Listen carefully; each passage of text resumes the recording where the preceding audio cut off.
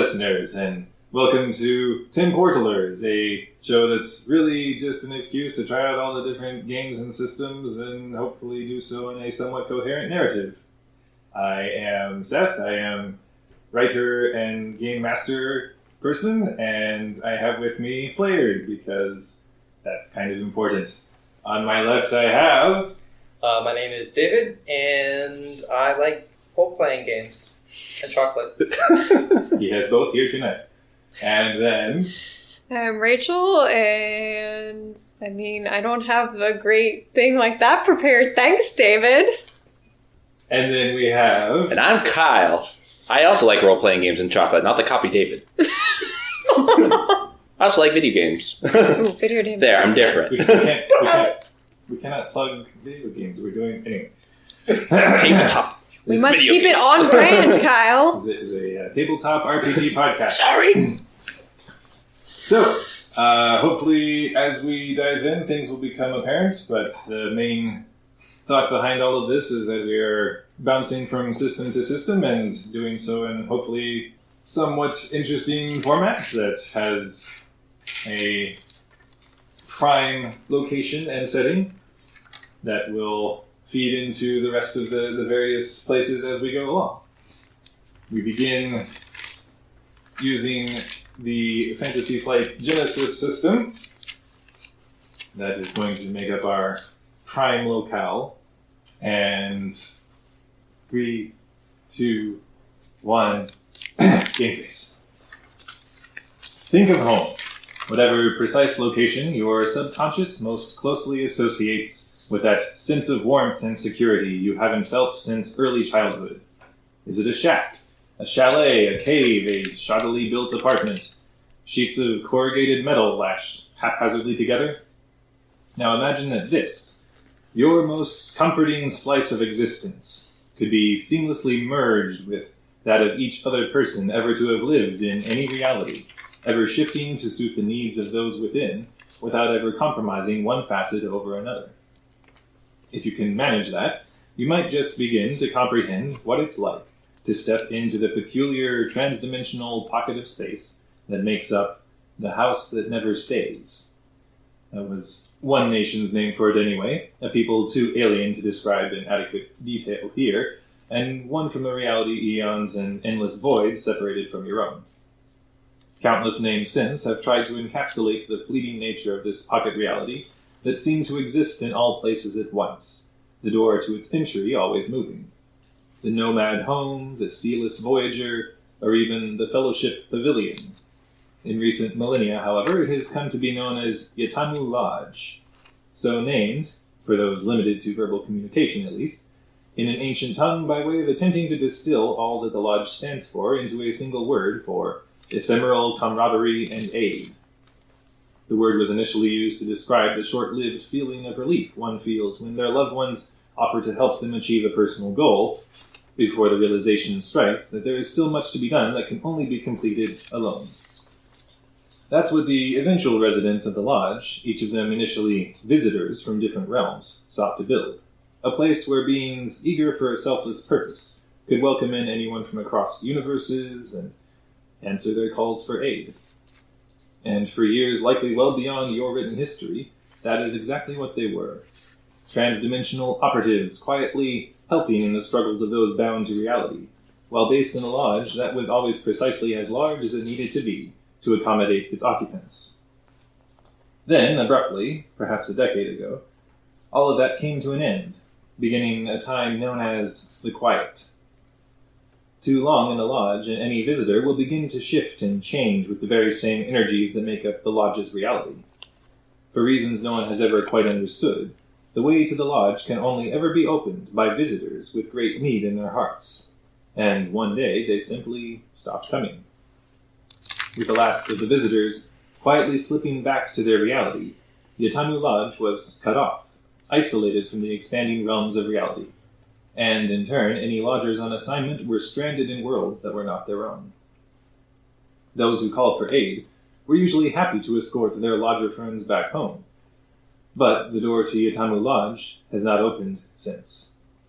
Worse, though the pocket of space surrounding Yatamu Lodge may be ageless, the The lodge itself is not, falling into disrepair as it's been unable to replenish its structural integrity with materials from younger worlds, materials often retrieved by its operatives in centuries past. Blind to the happenings of the worlds beyond their door, as their home deteriorates around them, those few lodgers left struggle to remain vigilant for signs of life from other worlds, or the return of their lost loved ones. However, as days stretch on into years, even for those attuned to the longest of celestial orbits, all but the most optimistic of lodgers is faced with increasingly troubling possibilities. Either the realms have found other means of acquiring aid, or their path to the lodge is barred, meaning that all absent lodgers will be stranded forever. Or, and worst of all, there is simply no one left to call for aid. So, now I ask again for you to imagine discovering such a place. The splendor of its vaunted staircases and sandy floors faded, the gleam of its chandeliers and durasteel furniture shrouded in dust. The last droplets of hope and ambition slipping from any eye you meet, be it human, elf, or Martian. Imagine the thoughts running through the minds of 3 such marooned on this island in the void, each robbed of their guardians through their formative years, as they study and train for the life of an operative, a life that, as the unprecedented quiet stretches on, they've grown to accept may never come. And that is where we begin, in a typical day cycle at the Atamu Lodge. There is the muted bustle of activity as the handful of older lodgers still living in this place set about their duties. But we begin at the main stairwell with a poor young elf girl named Kisma as she is heading off to class. And at this point, I would like for you, Rachel, to make a stealth check. Oh. Bum, bum. Okay. So for listeners, we are using the Genesis system. The basic characteristics fan out to encompass the various skills that are used. And it's average? Yes. Okay, so it's based on agility, and I have 1 rank in it, which... So you have 4 agility. I have 4 agility, and I have a rank in it, which means I'm rolling 1...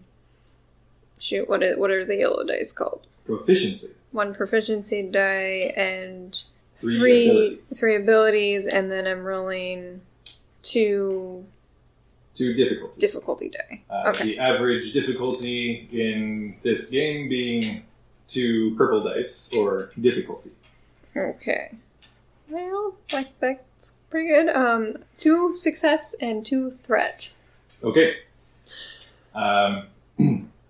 There is the moment as you are crouched at the base of the stairwell that leads down from the upper levels of the lodge down to what is the common gathering area. There are a few tables scattered about. This is often where the students who are still here congregate for meals.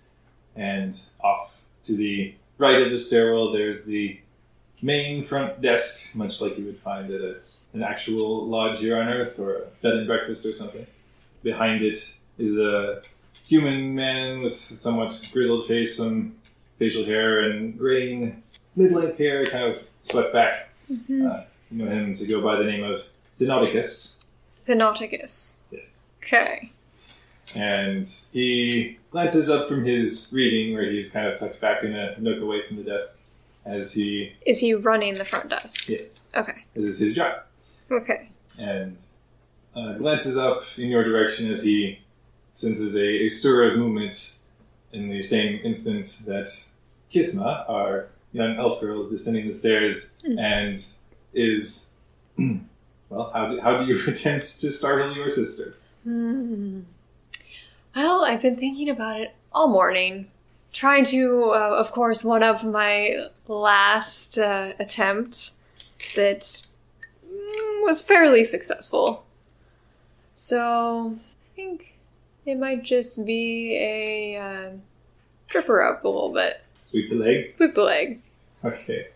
As You leap out from behind a nook at the base of this stairwell. Leap out and I imagine sliding out and sliding a leg in front of her. Right. Yeah. So go ahead and you'll be making an opposed brawl check here. So Okay. the difficulty is going to be 2 purples and 1 red. Okay. Oh, and because you acquired 2 threat on your previous roll, you'll be rolling 2 setbacks on this check. Okay.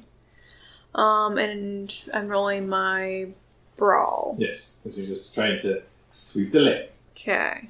So it's gonna go real well. Yeah. 1 success, 2 threat. Okay. You're able to completely swipe her feet out from beneath her, and your poor younger sister just... I'm trying to wait until it's like the last maybe 2 steps. It's not like fall down the hole. I'm still nice. I'm just really terrible still. just sadistic, not homicidal. Yeah, exactly. As she gives a startled and just flops down the last couple stairs and just flops down onto the rug that has sprawled out beneath her and just seems to manifest in Would response there to have her been need. a way to who else is actually in the lodge? I'm sure I would have cased the joint first. As far as just in this room, it is only Thanauticus, the man behind the desk, who's the lodge greeter, as it were. Uh-huh. He hasn't had much to do over the past few years. Mm-hmm. So he just pretty much reads the front Just desk. looking up over his book, and as you trip your sister up and she falls to the floor. And then I kind of, disappear. Okay. He's looking right at you, so go ahead. Well, okay. So No, he's looking right at you, but he really doesn't care. So go ahead and make a daunting stealth check with a boost. Because he's looking right at you, but he doesn't care. Okay, daunting was 4. Okay. Yes, for listeners, the difficulty ratings are easy, which is 1, average, which is 2, hard, which is 3, daunting, which is 4, and formidable, which is 5. I've gotten so much threat. Mm-hmm. 2 success, 4 threat. Okay. Thanauticus just shakes his head and goes back to his reading, but your sister, Kisma, is just instantly back on her feet, and she is just tearing off, like after you, just screaming how she will make you pay. This time. Yes. Mm-hmm, mm-hmm. That sounds about right. So, do you attempt to flee, or do you engage? I think what I would do would be to zig then zag and try and fake her out. Okay. We'll call that an opposed streetwise check, which her cunning is not good, which I believe streetwise is based on cunning. Yes. So you're going to make an easy streetwise check. Okay. Which means a difficulty of 1. Correct? Yes. Yep. Okay. 2 advantage. Okay.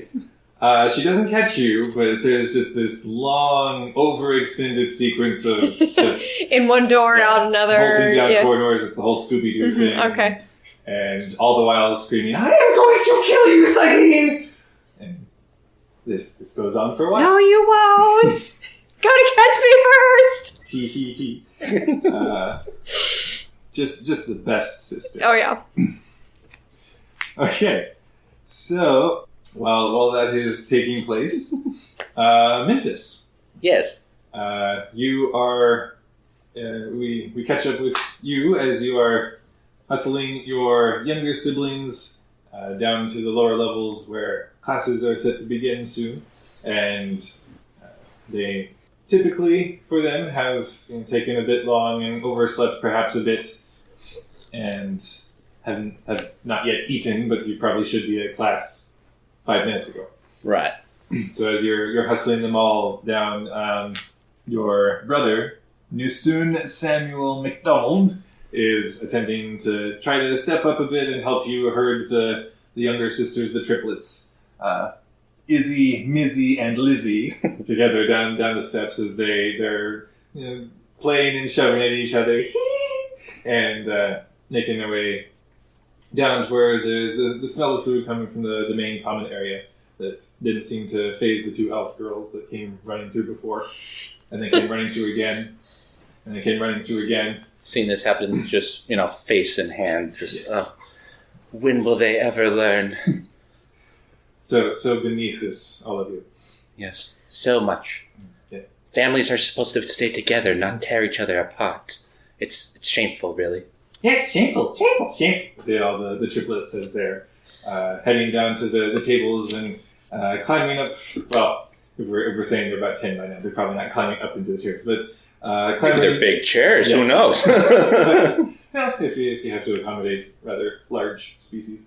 But clambering into the chairs, some of them padded, some of them not. But as the girls climb in, they seem to shift and just without thinking sort of contort the chairs into something that they find more suitable to their specific needs, even at their whim at that moment.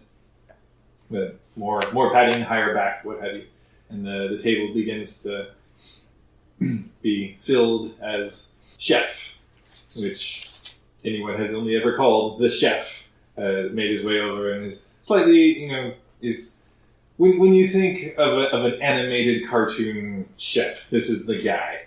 Kind of slightly rotund and the hat kind of kilter on his head as he makes his way over. And he's never not wearing an apron, and he's setting the various places before all of you and filling them up with whatever rolls and cereals and grains and whatnot you require for your morning meal.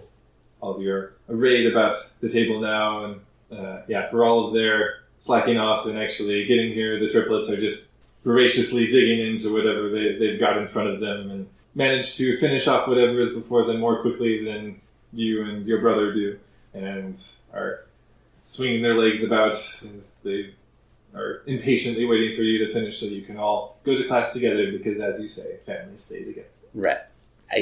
To prolong their suffering just ever so slightly, I just take slightly slower bites and just slurp it down while staring delightfully at Mizzy, Izzy, and Lizzie. Yes. Various disgusted reactions and choruses of groans from all of them, and Nusun, your brother, just kind of looks over to you.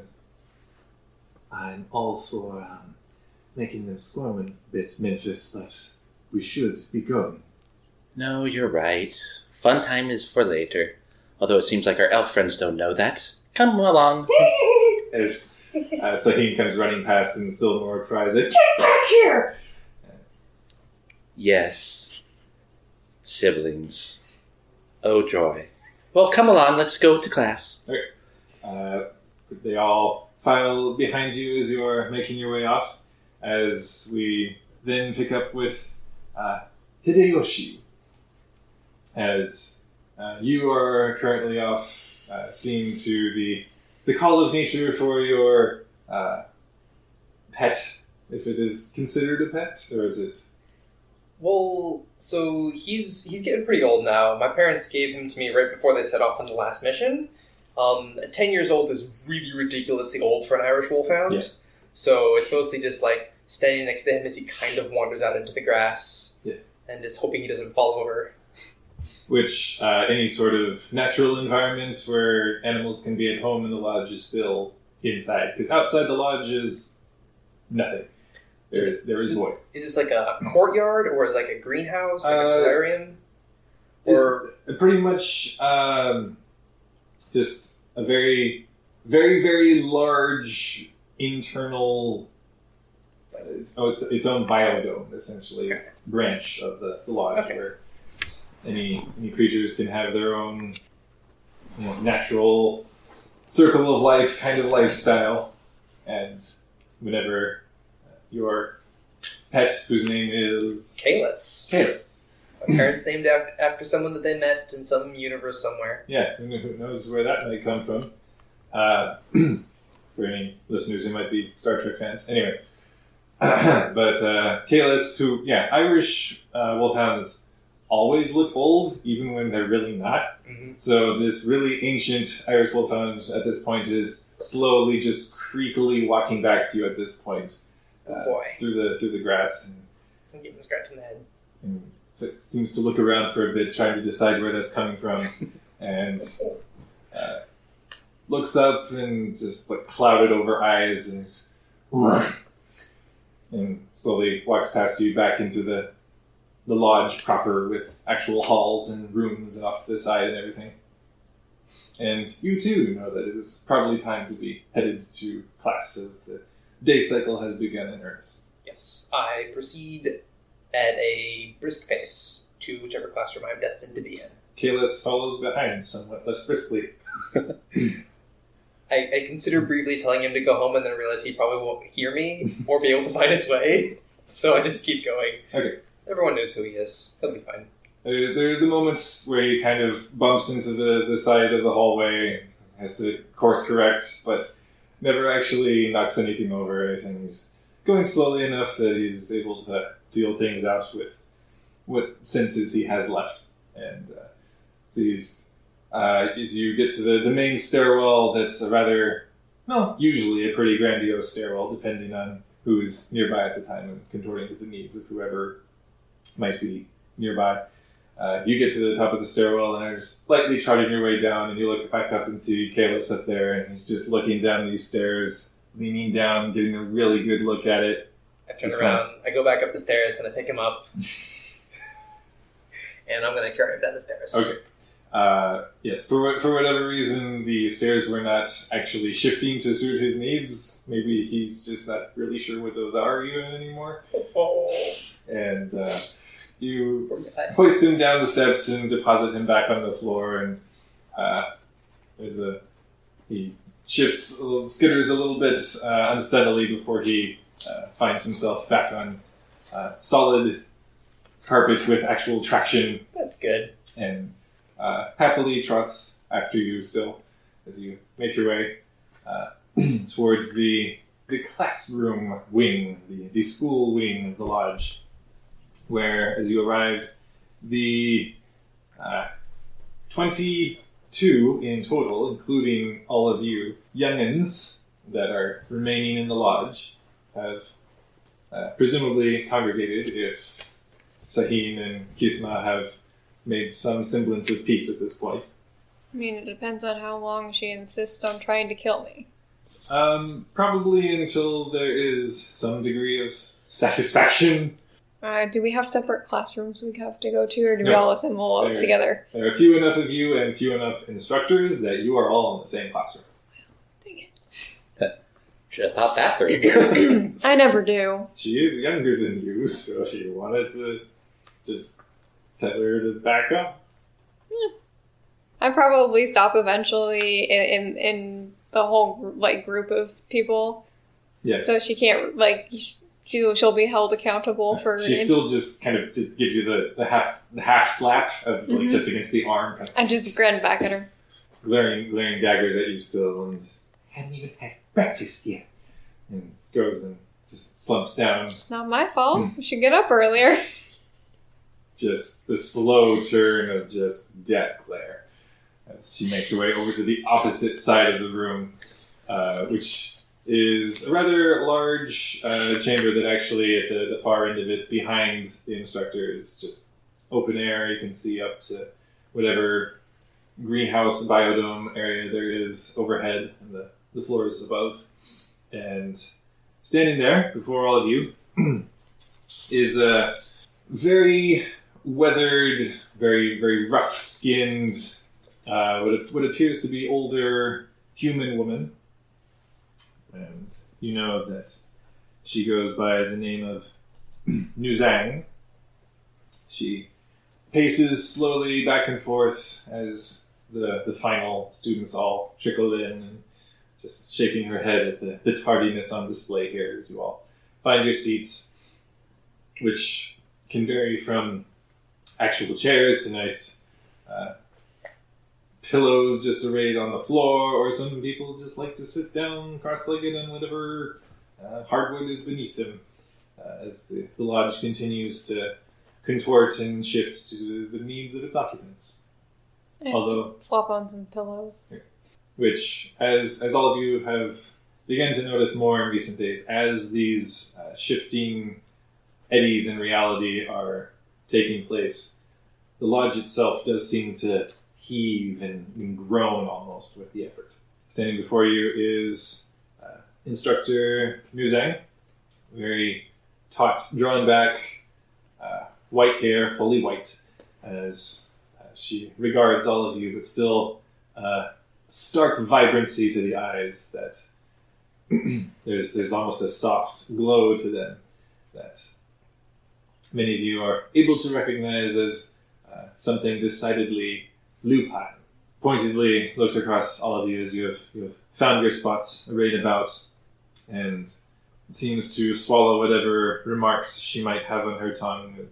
You are all rather familiar with them at this point, as she is definitely of retirement age, which basically is the point at which operatives who go out into the field return to the lodge for the final time and live out their final days there, as the lodge does not negate the aging process. It continues and progresses as normal, essentially, with the cellular cohesion just continuing to weather as normal, the aging process. And when the time comes, essentially, that an individual simply has neither the ability nor the inclination to retain their form, they essentially gather their friends and family and say their farewells and peacefully disperse back into existence. An honorable send-off for the lodge's operatives over the millennia, and Nuzang at this point has probably, you're kind of getting that look in her eye of, that sure be nice at this point, but there are very few options for people who could assume the role of chief instructor for whatever youngins are left, and she's basically it. So she's still here. She's looking a little bit tired at the fact. And you can see her physical form even just flickers slightly, but she shakes it off and clears her throat as she looks about to everybody. So, now that we are all finally here together, suppose instructions should begin. There's the brief exchange look between some of the students that speaks to the fact of, sure, but why at this point? Even the younger, more resilient, hopeful, ostensibly people have kind of reached the point where they're feeling as though is the quiet, the time where we're cut off from the other realms ever going to end, even? At this point, we're training to be operatives, but is that just because there is nothing else to do? Especially for some of the older kids, that's started to set in somewhat. Well, yeah. It's... Oh, I'm so bored at these things. Well, let us cover the final point of yesterday's lesson then, I think. It requires further exploring. And it is an important question, I think, to ask. Anyone feel free to call out your answer. Under what circumstances should an operative initiate conflict in the field? There's the uncertain glances going back and forth between the students. Hideyoshi would raise his hand, Okay. Yes. stand up from my kneeling position on the floor. When you are attacked and not before, Sensei. I sit back down. So when you feel as though it is personally justified, you say? Yes. Any other factors anyone would care to submit? Murmur, murmur, murmur. Uncertainty. Yes, also uncertainty. Actually, Izzy slowly raises her hands. Aww. One of Memphis's younger sisters. When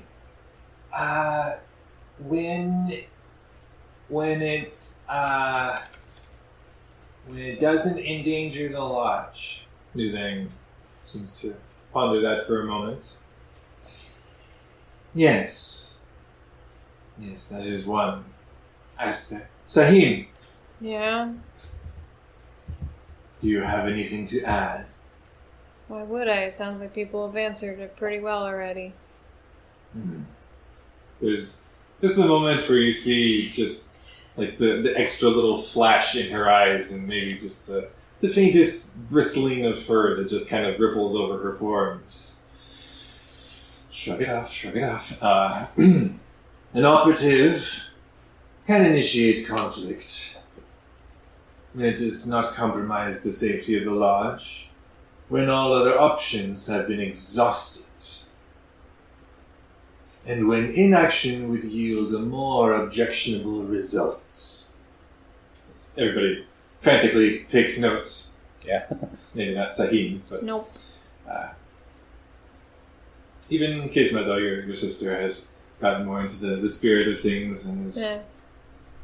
I'm just flopped on some pillows, chin in hand, just kind of lounging, waiting for this class to be over. So, who determines when all other options have been exhausted? Memphis. Yes. Oh, most likely the agent in the field, since they would have knowledge on what's going on and all of that. Yeah. And who is to hold them accountable?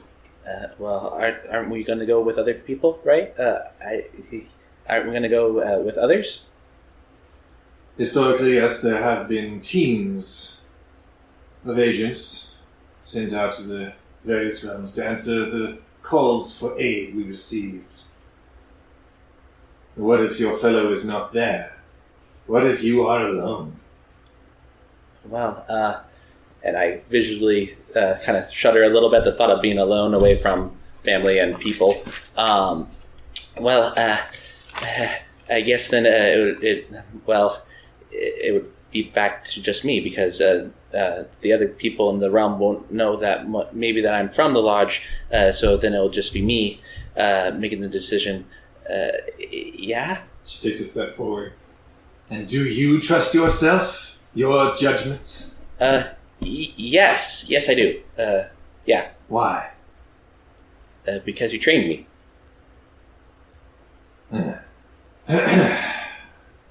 I frantically scribble down notes like, yes, I'm listening to you. Confidence should be born of experience.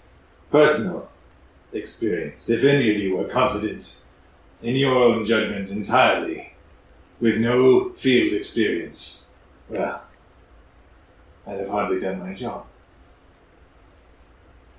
I see. I roll my eyes at that. Hideyoshi, How are we to get field experience, Sensei? situations being what they are, we do our best to simulate. This, she looks off to her side, and a rather tall, burly, four-armed individual steps forward. You know this to be Mudarkital, who is another of the instructors here. He is the combat instructor. For listeners who play Starfinder or are familiar with it at all, he is a Kasatha. His name was again? Mudarkital. Mudarkital. He steps forward, and looks about to all of you. So, simulations then. Put in your confidence to the test. Looks pointedly to Memphis and motions you to stand up. I stand up and, yes, sir. Just motions you forward. Walk over toward him. Looks over the rest of the gathered students. And I will need one volunteer. Hideyoshi raises his hand. Okay. He motions for you to step forward. Turns back to you, Memphis. You will be playing the role of the operative. Looks over to you, Hideyoshi. And you in the role of the oppressor he has been sent to deal with. I'm not. As you make your way and are walking past Mudarkital, he just leans forward and whispers, so it's only perceptible by ear, just whispers, Gut strike. No warning. as you two square off. You've been told that you, Memphis, are in the role of trying to officiate these proceedings, presumably in a peaceful way, as that is usually the preferable method. I really quick straighten my coat, straighten myself, kind of get psyched, take Okay, you can do this. All right. And I go look over at Yoshi and kind of get myself all psyched up and kind of breathe a little bit more, kind of clamp my hands, and all right, I'm ready. Do we begin now, or? Good afternoon, sir. Welcome to our kingdom. Bow. Peace be upon you and your ancestors. Oh, thank you, And I good punch sir. him in the gut There you go. All right. So, as he's bowing. ooh, okay. Take a boost on that. So this would be an opposed brawl. So, Mingus. Okay. That is my brawl. My brawl is 3, so that will be 3 purple for you. Alright. I also have a brawl of 3. 3 ability dice. I have no ranks in that. Let's see how this goes. We do have story points. We do have story points. In fact, I would like to use a story point to upgrade one of my ability dice to a proficiency dice. How do we start with story points? I don't know that we ever went over that. I believe in the Genesis system, Regardless, I have an incidental ready for anything. So once per session, I can just steal a story point as an incidental. Okay. Don't charge me. Sucker punch! Okay, we'll start with 1 story point for each player, essentially, Okay. for the session. And I get a story point for each player, meaning that there are 3 for me, 3 for you. Well, now there's 2 for us, and Well, he said he just got to use one. because we Yeah, use I it will as steal it and then use it immediately. So that we retain balance. Okay. Okay. So Gotcha. my result was 2 success, 1 threat. Okay. I'm bowing. Yes. As you are bowing, you just get a down in your belly. So as we're dealing damage on this punch, what is the damage would then be off of your brawn, which is 3. Brawn is 3, and I have 2 success, so I believe that comes to 4 damage or 5 damage? It will be 4. Okay. Because the first, for listeners, the first success on any combat check basically means that you are able to hit. Any additional successes will add 1 point of damage apiece.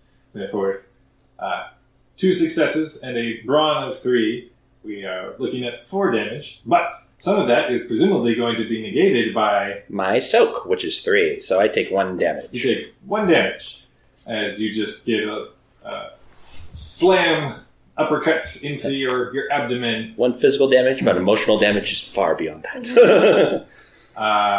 And you do realize in this split second of the fact that Hideyoshi has, without provocation, assaulted you, that he has left himself open for your counter-strike, if you wish. I will, but not without a little, wasn't expecting that. But I'll go ahead, since I'm partially mid-bow, just come up from my bow and then go with the knee. Okay. So you are making a brawl check back at him. And you said your brawn was again, David. 3? Also 3. Ah, So I've got I have no ranks in that. yeah. So that is 1 success. Okay.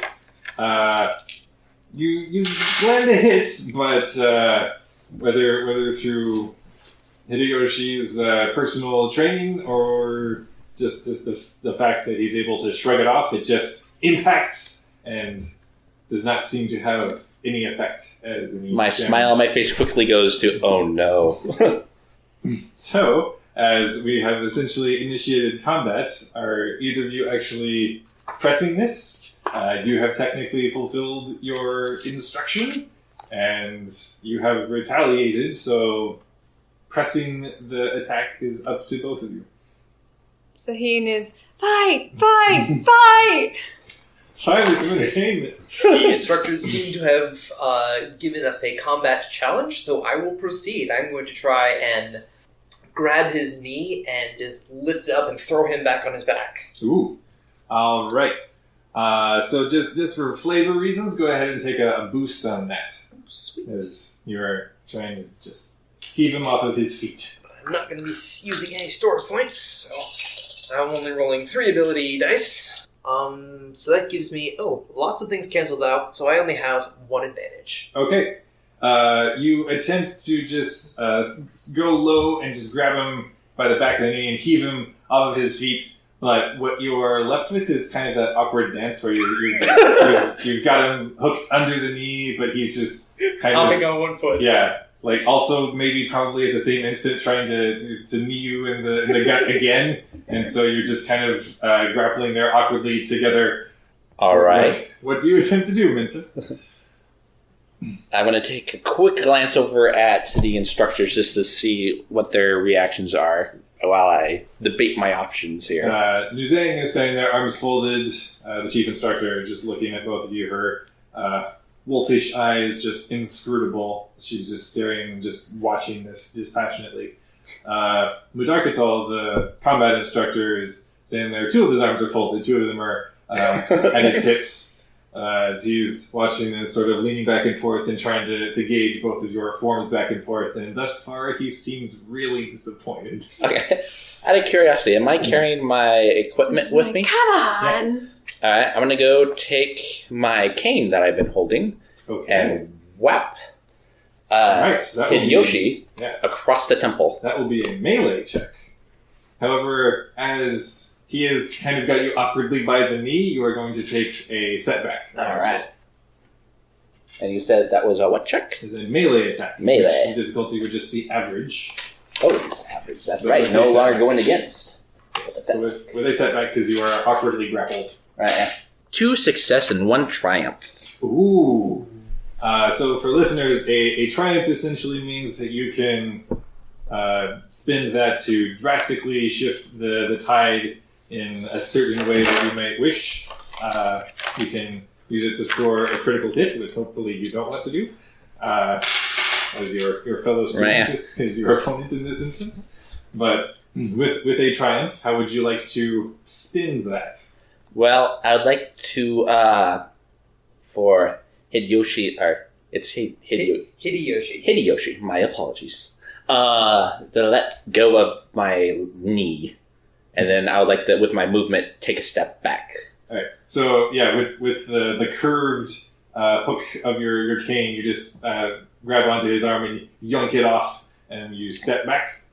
And then I think I also did damage, right? Because of success. So that comes out to be a grand... I had 2 success, so that comes out to be a grand total of 5. Because my cane does a +1 to which I add my brawn to that, so that's 4...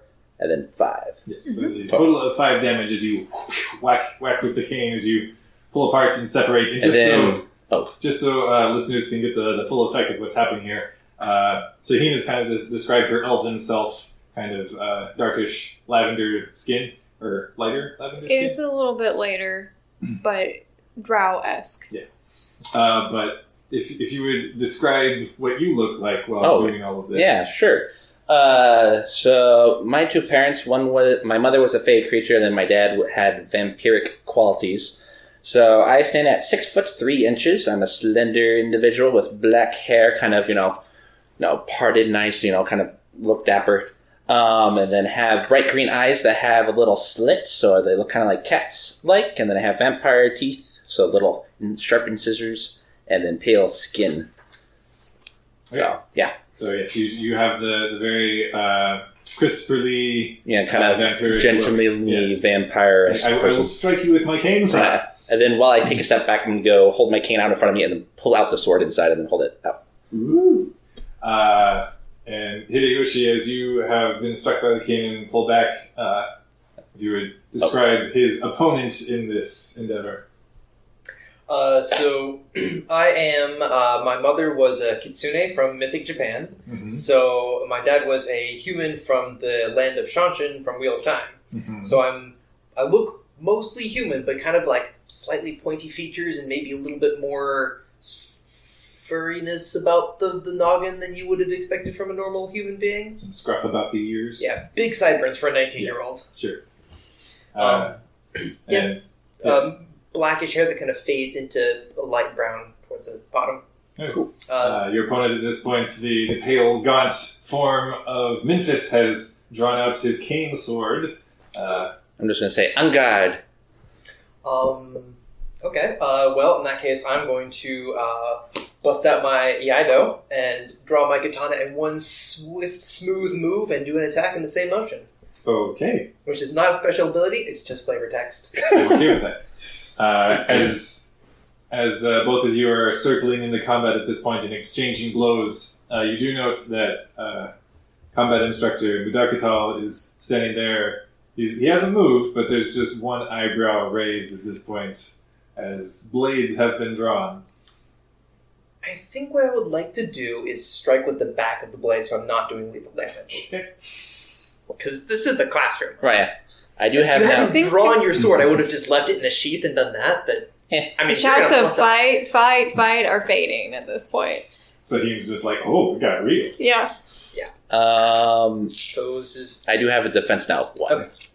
You have a defensive 1, so I add a setback, but since it's a melee attack, I only roll 2 challenge, or, Difficult. two difficulty dice.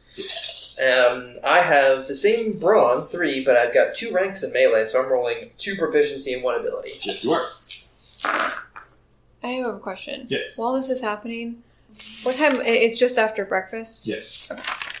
Like, lessons have pretty much just started only a few minutes ago, and it's already like, oh, swords are coming out. So with the back of the blade, not sharp part, All right. that's going to be 1 success, so that gives me brawn plus 3, so I do 6 damage. Okay. I have a soak of 3, so 3 gets through. And that goes to strain, I believe, right?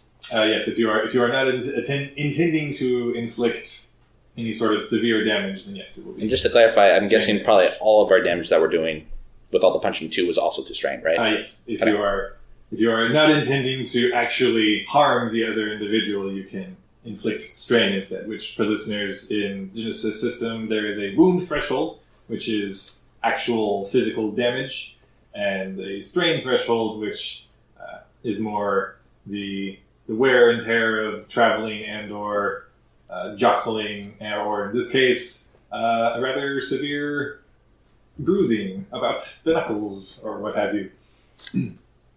Okay. Yes. I was wondering, because I don't know what time of day the parents had left originally, like however many years ago, time frame ago it was, but Sahin has a date with like going out to the point of like going to the place at which they should be returning to. It's a ritual she does every day, and if it's during class time, she sneaks out.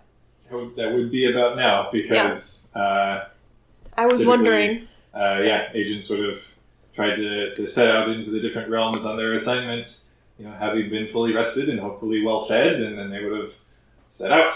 And tried to come back about the same time as they were coming back.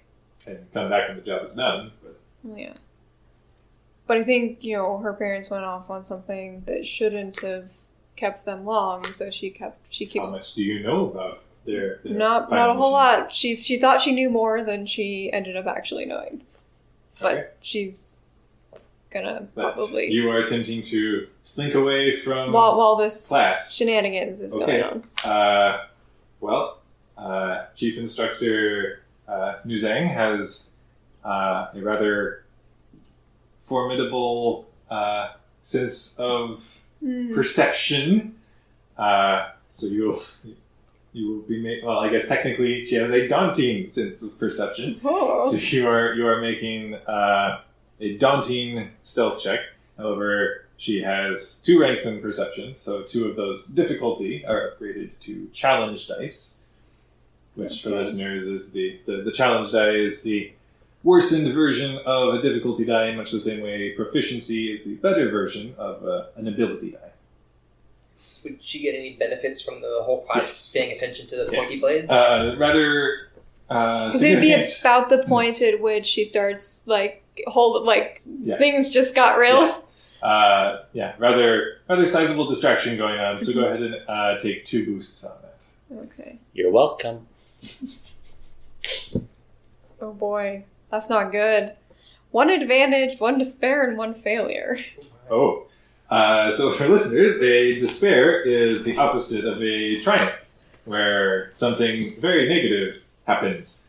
So I don't want to know. Advantage, despair, what? And a failure? A failure. Okay. So, as you're slinking out of the room, you swear you have not made a single sound as you're tiptoeing and easing out along the floorboards and slipping out of the door. Mm-hmm. However, just as you glance back over your shoulder as you're making your way out, you just see Chief Instructor Nuzang as she is standing there with her arms folded. Pointedly, she is just eyes locked on you out of the corner of her eye. She has not shifted her stance or even her head at all, but just her eyes have followed you out of the room. And you just see this look on her face that tells you that Nuzang will remember this. She probably remembers all the other times I've Probably. done this. And so I carry on. Okay.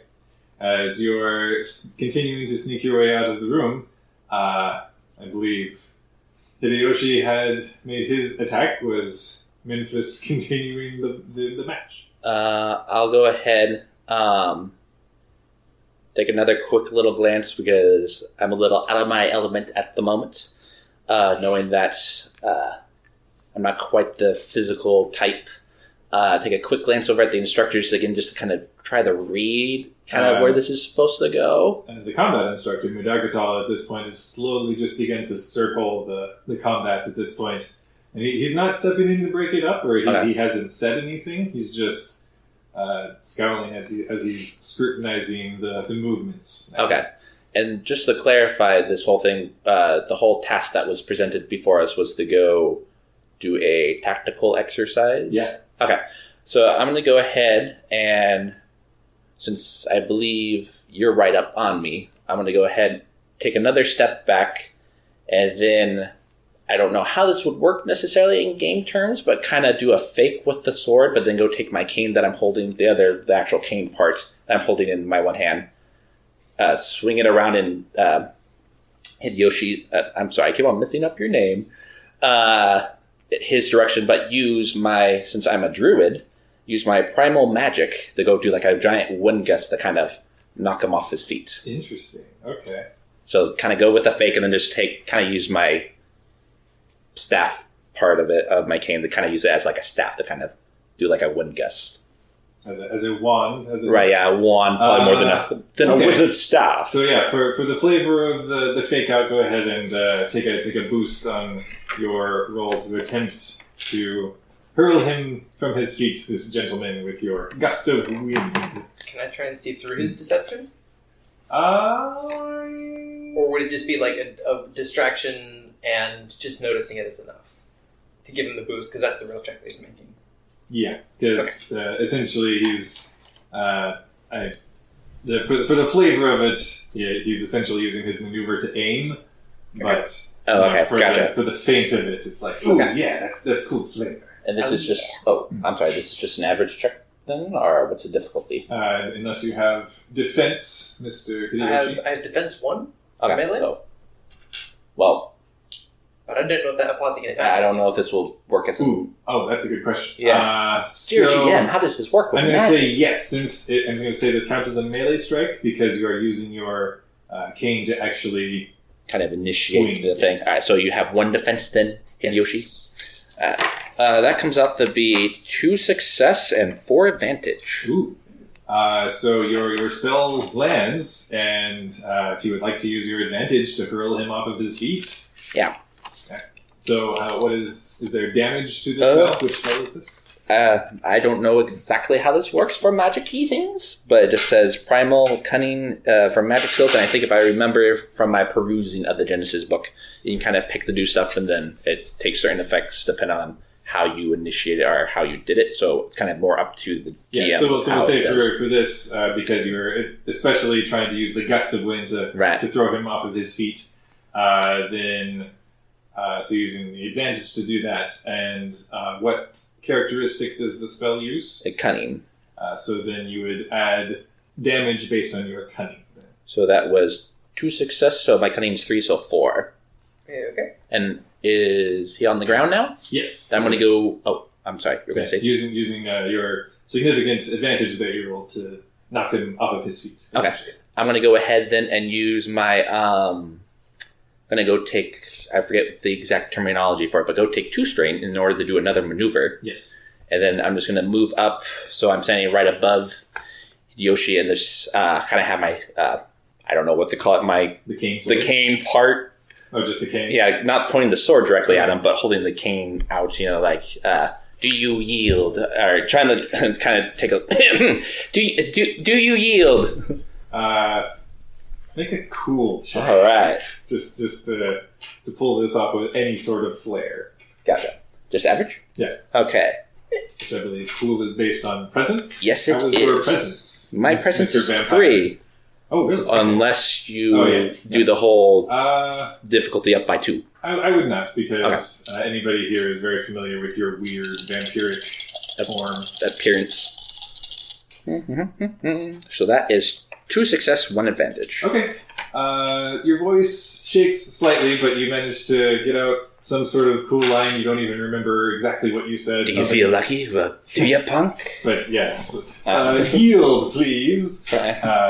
And yeah, everybody in your peripheral vision, all of the students, including your younger siblings, the triplets, and your younger brother, are all leaning forward, just in anticipation about what might happen next. And we go back to Hideyoshi. All right. So, in Hideyoshi's mind, this guy just beat him in a fight, which is not okay, and I don't want to give up. But this is clearly a classroom exercise in which the point is to demonstrate things and not like to actually beat people up. Mm-hmm. So I'm going to take a voluntary discipline check to see if I have the presence of mind to not just keep going. Okay. Throw a setback on that, because your personal sense of honor is stinging at this point. I'm making this an easy check. Is that appropriate? Average? I'd call average. Okay.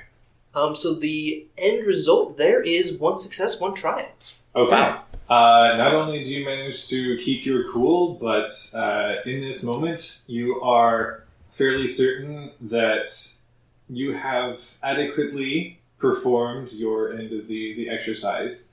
And even though technically you lost, as you glance over to the instructors and they exchange a quick look between them, you can tell you're not the one who messed up. Okay. I do yield. You have defeated me this day, valiant hero. I kind of do a slight little smirk and then kind of realize that, oh, it's a training exercise, and then kind of go back to like, okay. And then I go, sheath my thing, and then lower my hand and go, help him up. Okay. Brownie points for... Bow. Bow back. For class there at the end. You got some points there. You can see as Chief Instructor Nuzang steps forward again, and Mudargatal steps between 2 of you and kind of wraps a couple of arms around each of your shoulders as he walks you back to where the students are seated, looks between the 2 of you. We have further lessons, I think, before you draw blades again. Okay, yeah, sure, yeah. How did I do? Your form is questionable. I question it. I see. Yes, I understand. My apologies. Blade is not merely about inflicting damage. It's about control. And I saw very little in the way of control. Did you? Yeah, all right, I understand. Yeah, sorry. Take your seats. Since we have taken our seats, do we get to recover any strain since the end of the encounter? You can roll resilience. All right. Uncontested, which is called a simple resilience check, listener. And they can recover wounds. They roll successes, and strain if they roll advantage. I am that full. Well, if I had any wounds lost, I would be okay, but it was all strain damage, so... Yeah, you're still a little shaken, sore. not entirely sure what all just went down. But Nuzeng steps in front of all of you again and looks between the two of you at this point. Memphis, Yes. explain yourself. Well, I'm Memphis. Your actions, Memphis, during the exercise. Well,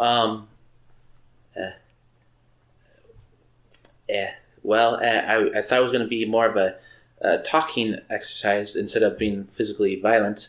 Then I, took a gut punch. Then I kind of lost it a little bit. I retaliated, and I messed up, didn't I? When he struck you, did you feel as though you had no other recourse than to retaliate? I guess I just retaliated. Yeah. What do all of you think this exercise was meant to illustrate?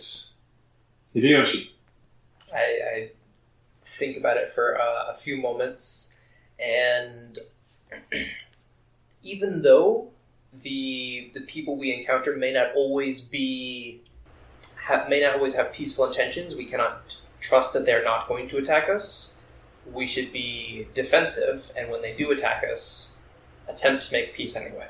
They may very well despise you. She looks about to all of the students. Based on nothing at all. Perceived differences. And it's enough for them to justify violent action on their part. Thoughtlessly retaliating only solidifies their stance. I understand. She looks over to Nudarkatal. You said you had further lessons for them. See to it. I have other business. She walks out of the room. As Nudarkatal steps up in front of all of you, just cracks one set of hands, cracks the other set of hands, limbers out, shakes out his limbs, looks to all of you. On your feet. Stand up. Now we get to play. As he begins to pair all of you off with each other in sets that make some sort of sense for skill level and age and ability, which normally would mean the two of you together, Memphis and Hideyoshi, but he pointedly redirects both of you to other opponents, and you square off and are set to work going through various combat forms taken from everywhere, just trying to find the flow of combat that best suits your abilities. As we pick up with Sahim, as you have returned back to the main entrance of the lodge. Yes. Mm-hmm. I usually find like a secluded place nearby, and Okay. it's kind of, and I'm discreet. Yes. So if there's a place to hide more so in plain sight, should do that. I would do that. Okay. So not really attempting to do.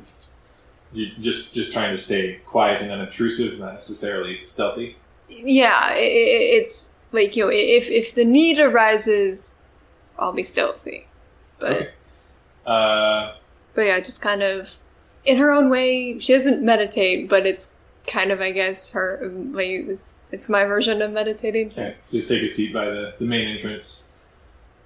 Yeah. Where the main entrance to the lodge, which you can recall from your earlier childhood days, in times past, this shimmering veil of a doorway that's kind of this broad two-door entryway to the lodge. Looked often from the inside to have this shimmering, starry surface to it that was kind of shifting this way and that as the door was aligned to different realities and planets within those realities. Mm-hmm. In recent years, you can only ever remember it just being this empty sheen of blackness. And that is what is before you at this point as well, Mm-hmm. as you kind of find a weird sort of zen in your self-reflection as you just stare Yeah, into this utter blackness. Thinking of my parents, thinking of the door and when it was actually active, and just finding a certain amount of I can actually focus and think about things when I'm here. There's a couple of times when from behind the desk, once again, Thenodicus looks up from his reading. He's just perpetually just got a stack of anywhere ranging from the highest brow to the lowest brow of literature that he just continually is just working his way through. Every now and again, I would probably add something risque to that pile somewhere in the middle. Just kind of stealthily slip it in there. That sounds like a stealth check. And so I probably would, spend some time, just sitting and thinking, but then I'd probably go and find some new risque book to add to his pile. Just cheesy teen romance novel. Something like that, yeah. Okay. Go for it. So a stealth check, you say? An average one? Actually, we'll call this skullduggery. Okay. Skullduggery. Okay. 1 success, 1 threat. Okay. Just at this particular time, as you silo your way over there, and you've I've done this many times. You pick something up from the larger library archive area the day before, and at this point, just kind of pull it out of your back pocket and just casually saunter your way over to the desk where he's got a stack of reading. Just slip it in, and the stack teeters slightly as you do so.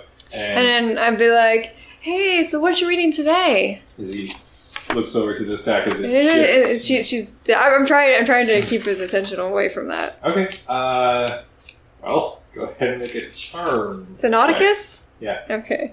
A charm check. Oh boy. Yeah. Just general charisma. You're just trying to draw his attention here. 2 threat. Okay.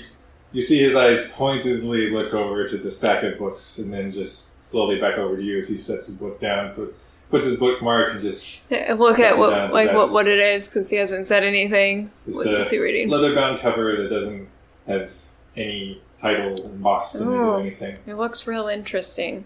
Something about a whale, I think. Can I help you? I was just seeing what was up with you. Looks over to the main doorway of the lodge. I suppose it does get rather boring staring at nothingness all day. I might even drive one to actually apply oneself to their studies. It goes like this. She feels like she already knows everything. She doesn't get much. I don't get much out of the classes. I'm going back and forth between third and first person. Jeez. That's fine. Role-playing games. But yeah, I feel I don't really get so much out of the classes anymore. Make a perception check. Make a daunting perception check with 2 challenge dice. The challenge ones are the Wind red? wobble. Yes. The red dice. Okay. Nothing. Okay.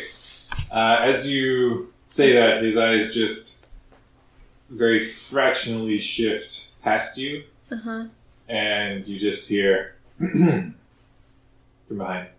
I just say, she's right behind me, isn't she? Yes, she is. I knew I couldn't get through this morning in peace. Turn around. And hopefully I can. He goes back to his book. As you turn and see Instructor Nuzang standing there. And as I turn around, I'll be like, well, I heard this one was good. And I point to the... He looks at it. What? Just trust me. It's good. I'm lying through my teeth. Yes. I'm like, that's out of character. You are. I have no idea what it is. Yeah, actually make a deception. Oh no! Try to convince him. Like, no, this is... Here's a shovel. Dig deeper. Yeah. Okay, what is the difficulty? Average. So for players and listener, anytime I do not specify the difficulty of the check in the Genesis system, it is going to be average, which means 2 purple. 3 success, 2 threat. Okay. He gives a shrug. Oh, very well. I'll get to it eventually. I'll get to all of them eventually. And I turn around. That's as I'm turning around. Okay. Yuzang is standing there, arms still Yeah. folded. Yeah, I turn around and lean against the desk, arms folded. Sahim, will you join me over there? She just motions with her head over to a nearby table. Why do we need to go over there? If you would prefer that the Nauticus overhears all of my reprimands, that is fine. I mean, I'm guessing he'll probably overhear them from over there because you're gonna yell, and I start wandering at least towards the table. Okay. She just slowly makes her way after you, flops down kind of kitty corner. With I your spin the fist. chair around and sit on it backwards. Well, that's not the Riker. The Riker is over the back. But Yeah. anyway, the cool teacher, then, yes, turn the chair around. Anyway. Wait, cool teacher? What? Yeah, it's the cool teacher move. If you take, like... Oh, the teacher, okay, take yeah. the chair, turn it around, and then sit on it backwards, and Mm-hmm. kind of arms Yeah. over the back of it, and be like, hey, guys. I'm just what's sitting the there, deal?" just, okay. Kind of like the look of, just let me have it. She lets the silence stew for a bit. Eh. And as you glance over to her, you see she's actually looking out to the doorway at this point. I think I would take a closer look at that. What is she feeling when she's looking at the door? Make a hard vigilance check to try to read her emotions, expression. Okay. 2 threat. Yeah, you're not really sure. I got nothing. No, she's pretty inscrutable, this woman. And just as she's looking out, pretty much the only thing you're able to gauge is that there's this very intense look to her face. Mm-hmm. And finally she does turn back over to you. I had great respect for your parents, Sahim, So you tell me. and yet it does not seem to instill any drive in you. The only way I can learn more is if there was ever a chance to be an operative. There isn't. Case closed. Did you never consider that perhaps though further instruction for you means first-hand experience, there are still those among us, your juniors, to whom you could be setting a proper example? I mean, I don't know. I don't see the point in setting an example for something that's never going to happen. Yeah, even without a check at this point, you just see there's this intense pulse of anger just in the behind her eyes. You cannot know that. I can't know it, but it sure seems inevitable. So that's it then. It's been years. They haven't come back. I will never be able to go. What is this this life? There's got to be more. They will come back when they can. The door will open again. And how can you live with that hope? I have no proof. Nor do I. All I want to do is go out there and do what I was born to do. And I can't. The others must believe that the door will open. And why must they? Because without it, we have nothing. Yeah, and if they continually hope, what is that going to do for them when it never, ever opens? I think we need to be a little more realistic around here. Is that truly the life you wish for your sister? Hopelessness. It's not hopelessness, it's being realistic. It doesn't mean I don't have hope, it just means that I'm realistic about my hope. And what do you hope? No, sure, I hope that people will come back. I hope my parents will come back. Doesn't mean they are, or ever will. Very well. You've won, Sahim. I wasn't ever trying to win. You are excused from my classes. Indefinitely. I'm shrug and wander away. Wander away to sit and stare at the door some more. You just hear her quietly get up and walk out of the room.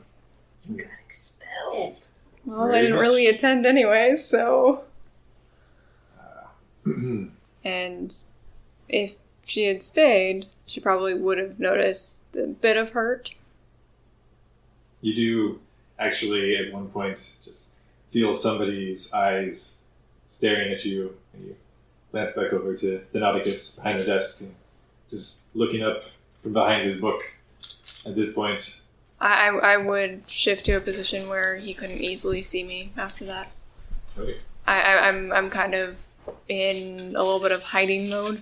As Sahing has resigned herself to sulking the rest of the day. Not the rest of the day, but probably for a while. Okay. Sulking for an indefinite period of time. Training has progressed back in the class area. I would like Memphis and Hideyoshi to both make athletics checks just to see how you fare for the rest of the day. Okay. Gives me 3 success, 2 threat. 2 advantage. Okay. Hideyoshi, you will acquire 2 strain for your efforts as you have squared off with, we'll actually say, Nusun. And this is Go, younger bro, brother. go! And it's just, through the course of the day, there's some strain in the effort of, he's a bit of a scrawny kid, but he's able to hold his own well enough. And Memphis, you are set off with somebody not really up to snuff with your skill level, and they're rather easily able to hold off any attacks and lash out with any what would be finishing moves in return. There does come a point where Mudargatal does break up both of your separate bouts and motion each of you to join him set off apart from the other students. Could I perhaps also gain some strain back from the 2 advantage, or? Yes, I'll say. Goody. But yes, you have been summoned by teacher. All right, I follow quietly. I bow to my partner and proceed after the instructor. Mudargatal motions to each of your opponents to square off against each other. And as the 2 of you follow him, he does turn about and does what has become a familiar stance of one set of arms folded, one set of arms, hands on hips. And as he looks to the both of you, You've had a bit of an opportunity to cool down. Perhaps you could apologize to one another for where you have overstepped. I'll sheepishly kind of look down, kick the ground, and kind of meet Hideyoshi's eyes, and just I'm sorry for I kind of escalated things a little bit in our match. I'm sorry for what I did.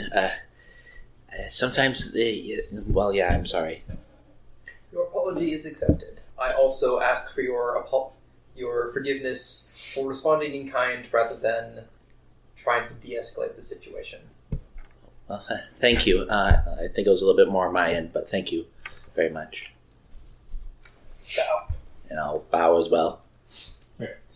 one is more from the waist and deeper on Hideyoshi's end. The other one is an elegant, more gentlemanly, slight bend from the waist as the You so fancy.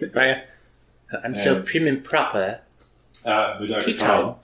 Nods between the 2 of you and just motions off back towards the common area. I think you two could head out a bit early. Yes, I'd say. Thank you, sir. Steps aside and lets both of you head out. You make your way back towards the common area where there is the smell of food beginning to be cooked in the nearby kitchen area where the chef is hard at work making the food for lunch. Once we're out of the classroom, I'm immediately going to go to my bruises and just go, ow, you hit really hard, by the way. I apologize. Yes, good job. You definitely know how to use that weapon a lot more than I do.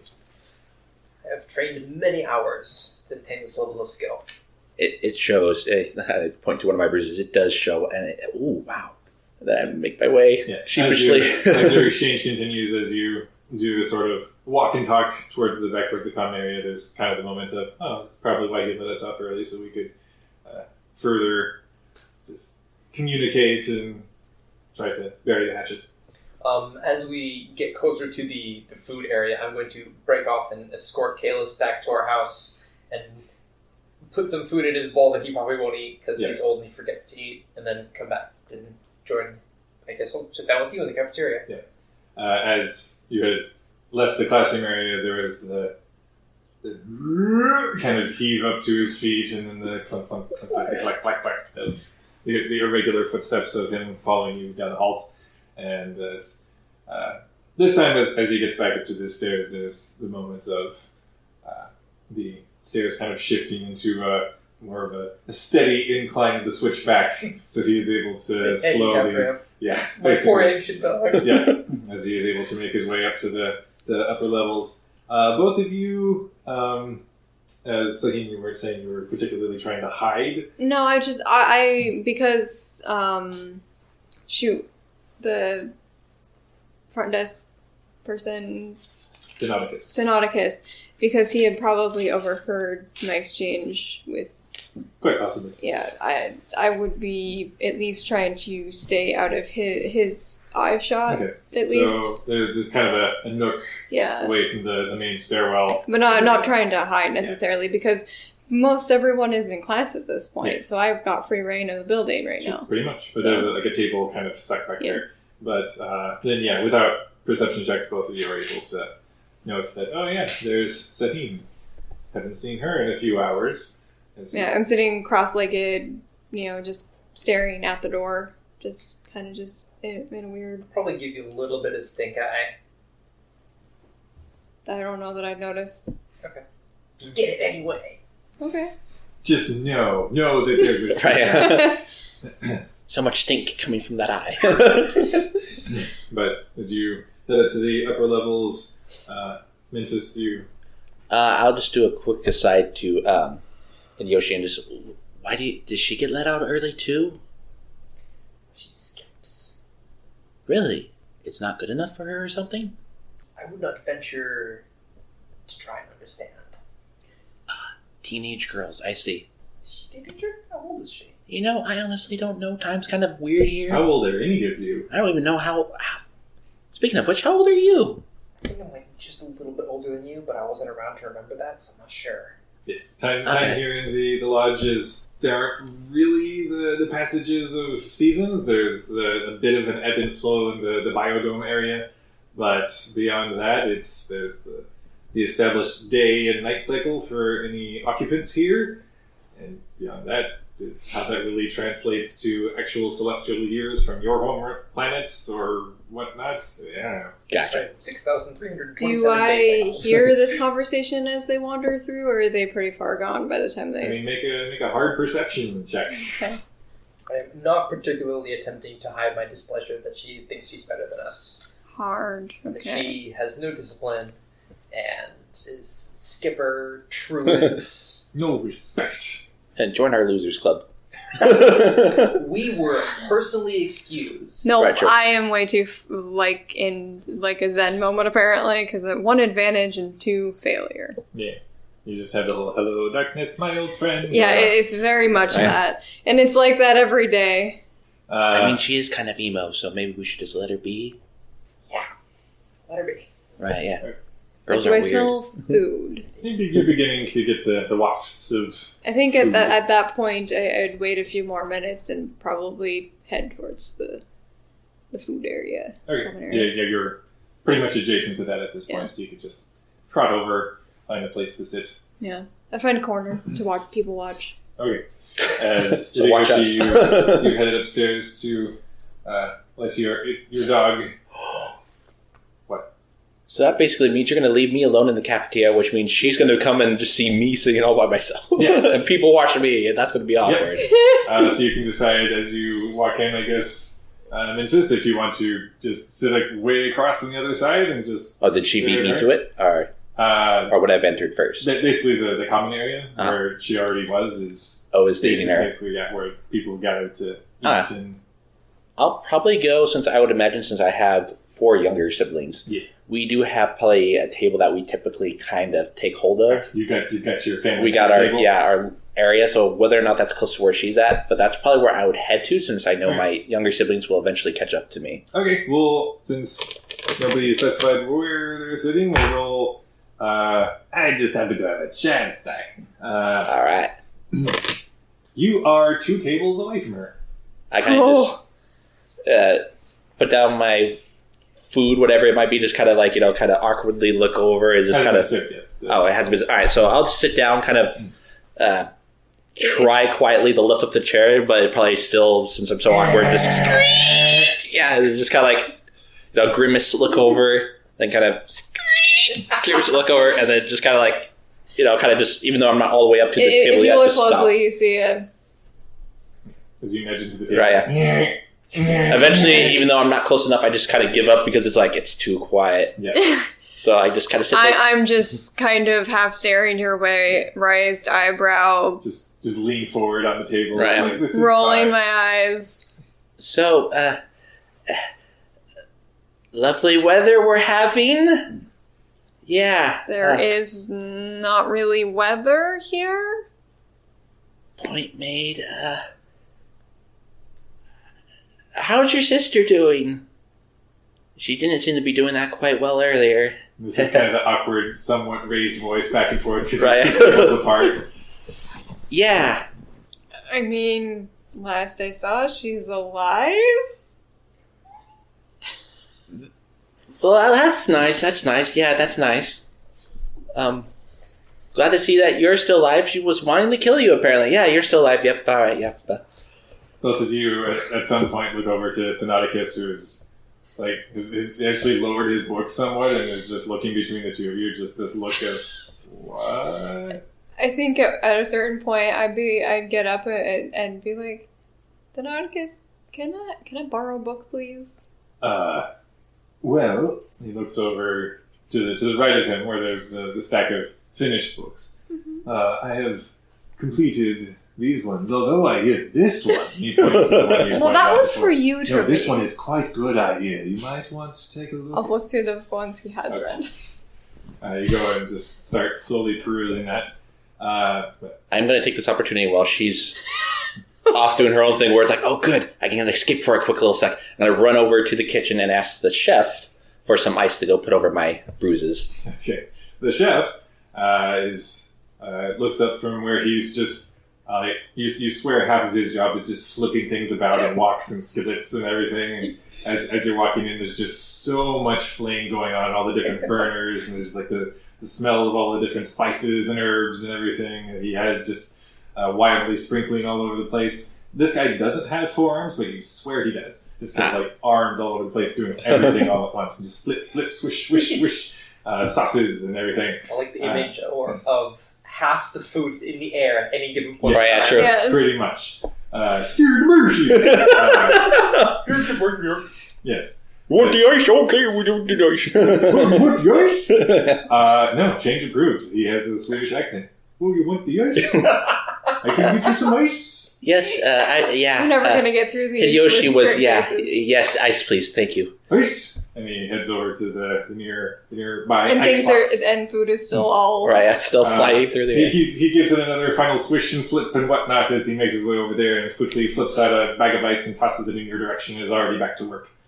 I'm going to try to catch this, apparently. Go ahead. Since you tossed it to me, right? Yeah. Just make an athletics check. Just Or try would to- it be a coordination?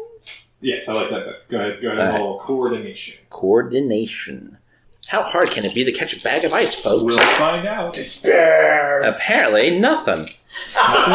It just sort of slams into your chest as you awkwardly catch it against yourself, and it's just like, well, that'll be another bruise. Right. Good thing I have ice. Thank you. And then I'm going to go kind of back out, do a gentlemanly bow, He and doesn't then even look. turn around and head Good back. luck with the bruises. Thanks. And then I'll head back to my seat and kind of do the whole, again, sit down thing, and then...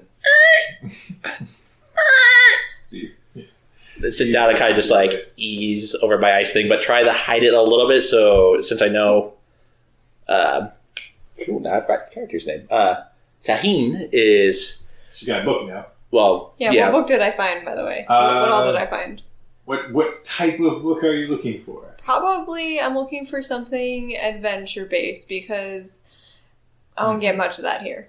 Yeah, so some living vicariously. All right, you find some swashbuckling high seas adventure. All right, I'll take it. And yeah, it's good stuff. It's a little slow in the beginning, and there's some characters you don't really care about, but by the time you get to the actual adventure, it's great. Okay. But since my ego's slightly bruised as well for just knowing that Hideyoshi was actually pretty decent in the fight, and he knows how to use a weapon more so than I feel a little bit like, try like, ooh, I don't want anybody to see like how much of a wimp I am. So I'm going to kind of try to hide the fact that I'm kind of icing my bruises and just kind of like, from Sahin and just kind of like... As you're awkwardly trying to hold this ice in place, both of you hear this weird sound that it takes you a moment to place because you have not heard it in a decade or so. I went to the door. There's just this kind of this pulse of energy as the doorway just shimmers slightly, and there's this sheen of blackness suddenly shifts, and it's like something that was far away was suddenly brought into focus, and things are spinning about and zooming in on certain celestial bodies. I run closer to the door. Swiveling about to others. As you are bolting towards this door, this lone figure just steps through into the lodge. He looks over to you as you're running forward. You see this unassuming, youngish human male who's standing there. He's in just simple sort of coat and pants and boots. Okay, I'm running towards the door. I continue running towards the door. Slow down a bit. Okay. But when I get up to him, I have to poke him. Make sure he's, really there. He, just looks down to where you're touching him. Poke him, shoulder. So this isn't a bakery? Oh my god.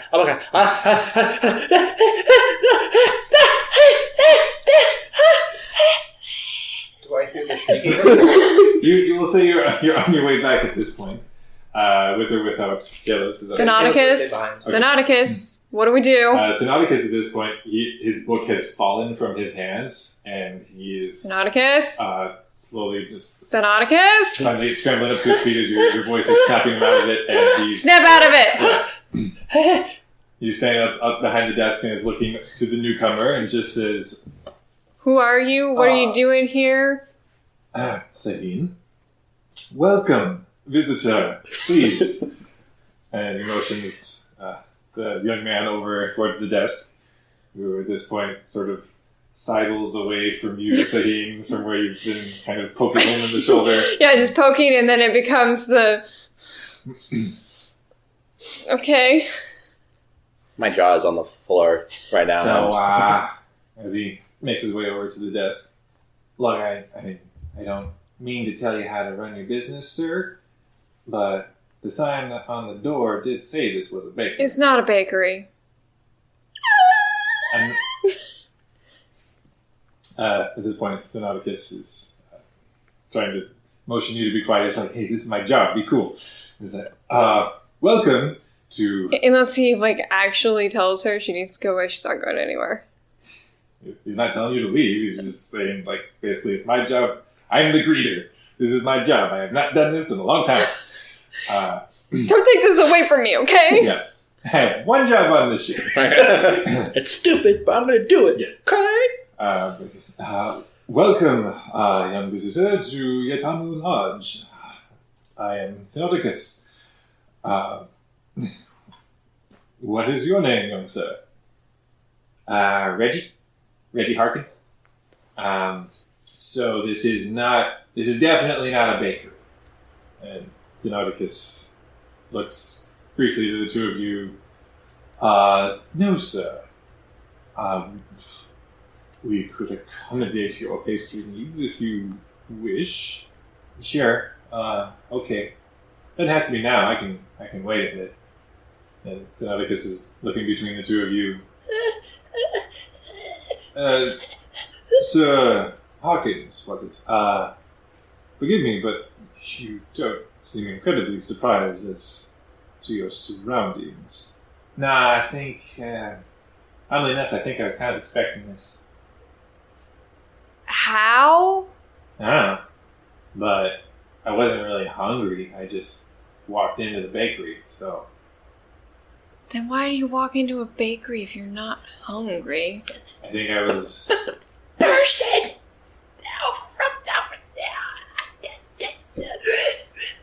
I faint. Yeah. Okay. Well. Okay. You So he just... lightheaded, oh my sort of gosh. swoon and have to catch yourself against the table. Oh, my head! Yes. Effectively out of the conversation as Reggie looks back over to Thanaticus.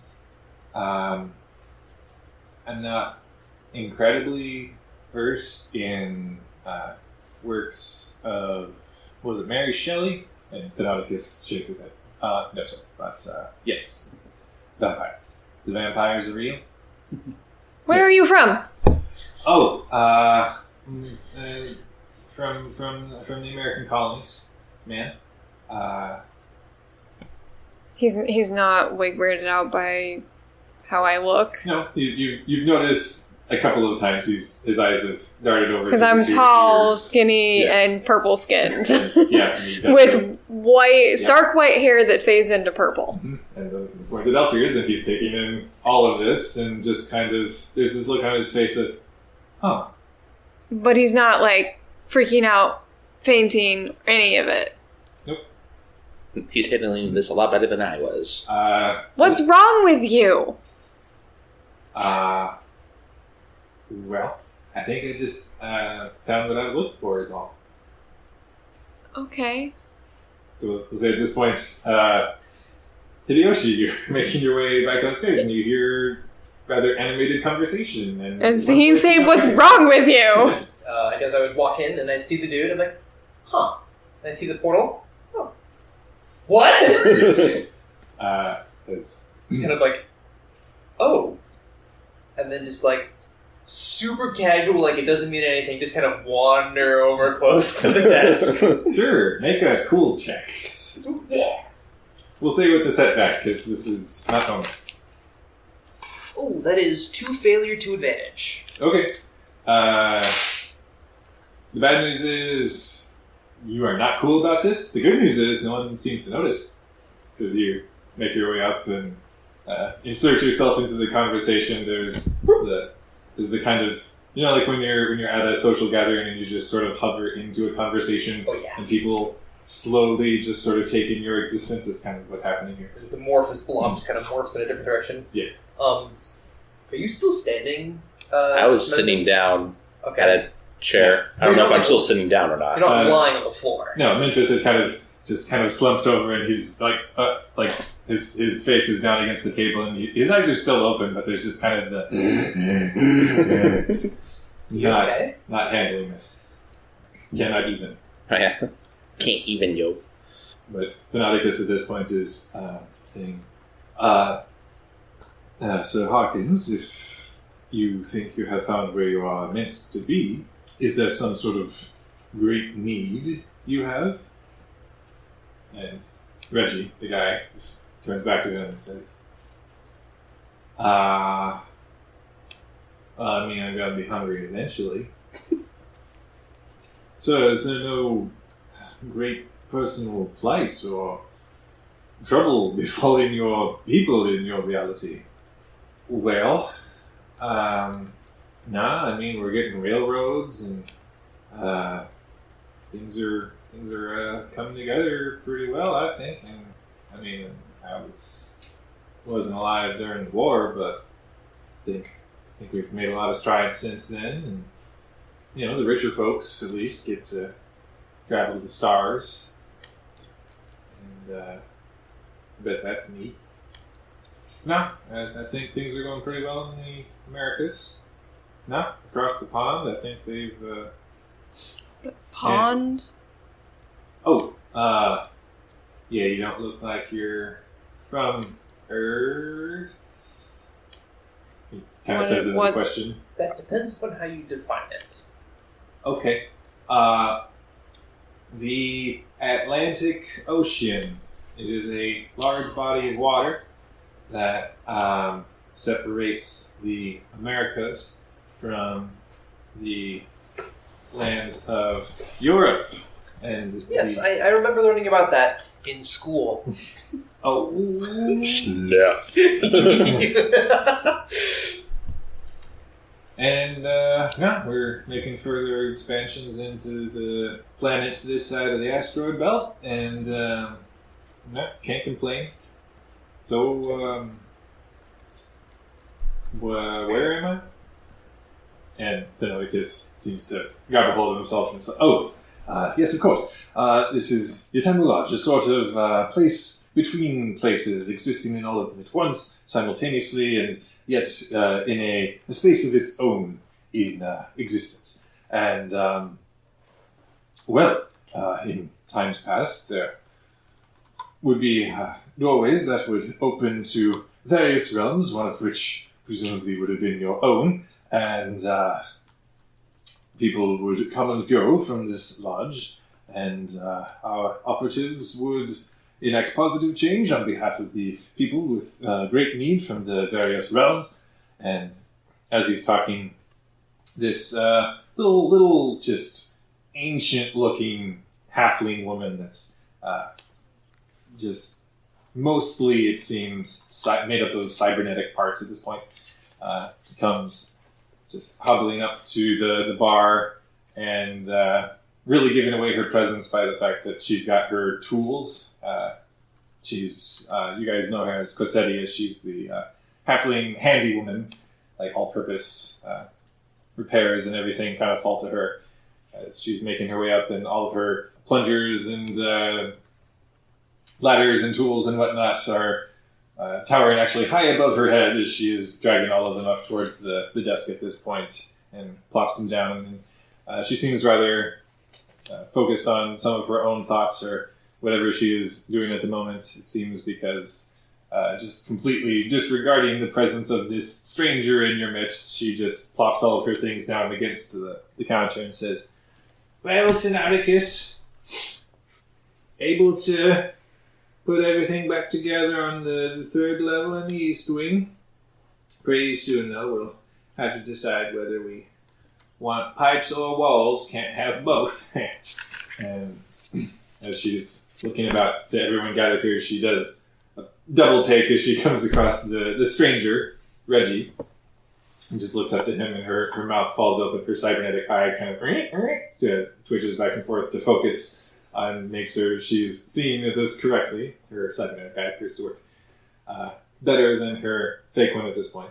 Cosetia, her even with her halfling longevity, is far older than Thenodicus at this point, and her form is pretty much continually shifting at this point. Her hair kind of moving from shades of black to gray to white and back again. Her skin and eyes much the same, even at this various points kind of rippling through, appearing translucent. And she's looking up at Reggie, and Reggie is looking back down at her, and he just still has this just look on his face of interesting as he's looking at her. And I'm going to take a look, kind of look into his eyes a little bit, and to see if he's maybe stoned. Make a perception check. I start, kind of, waving my hand in front of his face, kind of like... Does a bit of a start from that and looks over to you. Sorry, did you say something? No, just... Or success confused. Okay.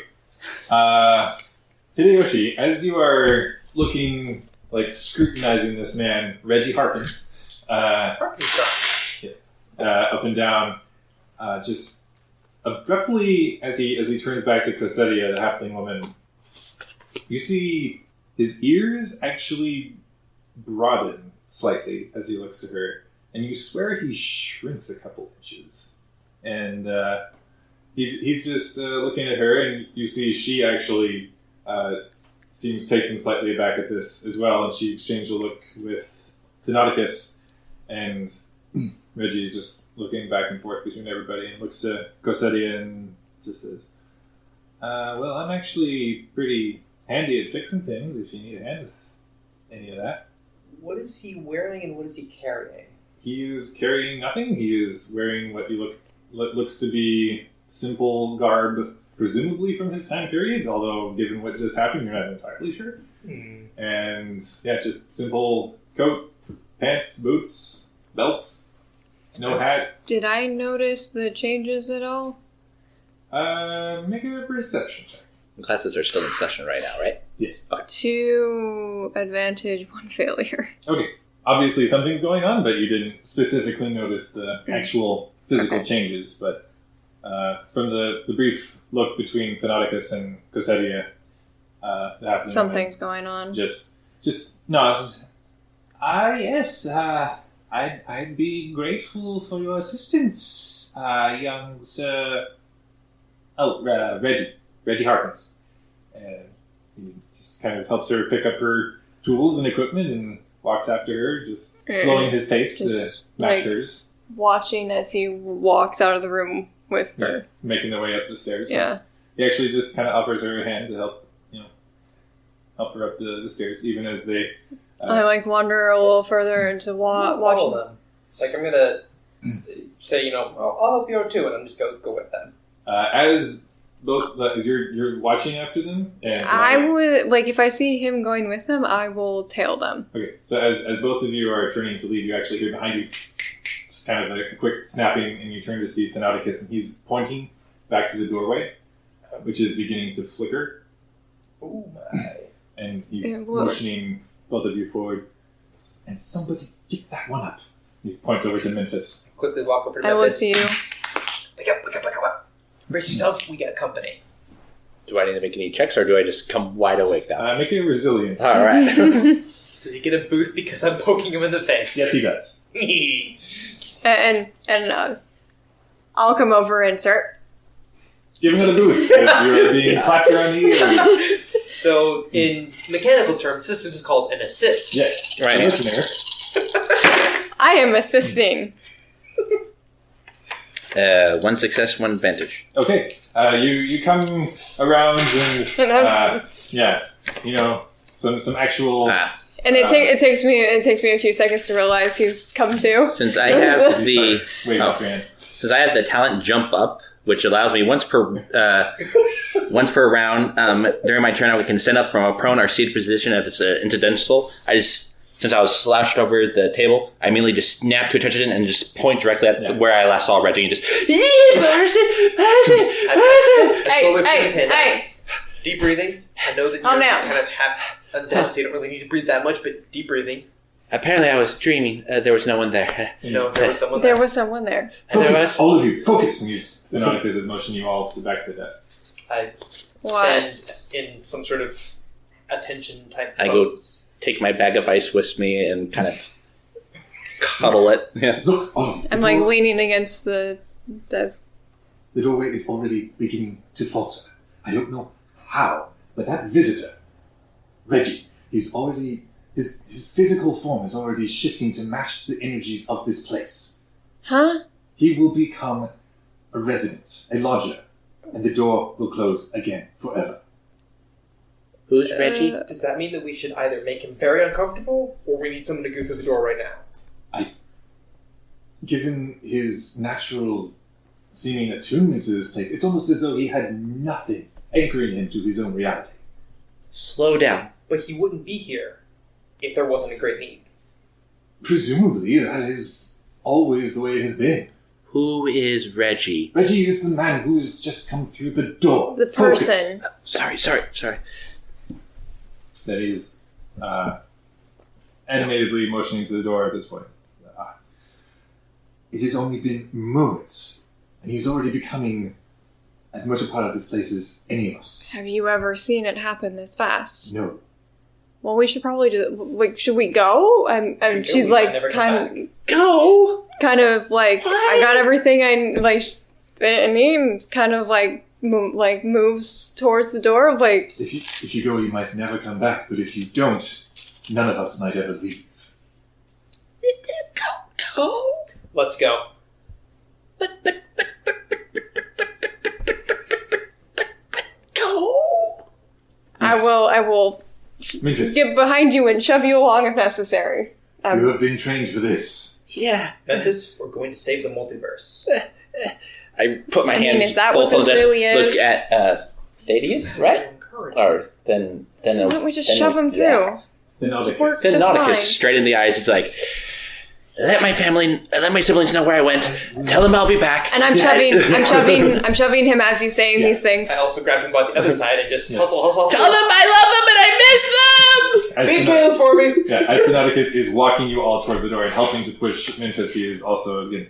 And remember, the three important matters are must find an integral piece of this world and return it so that it may be integrated into the larger structure. We must retain the cohesion of the lodge. Okay, come on.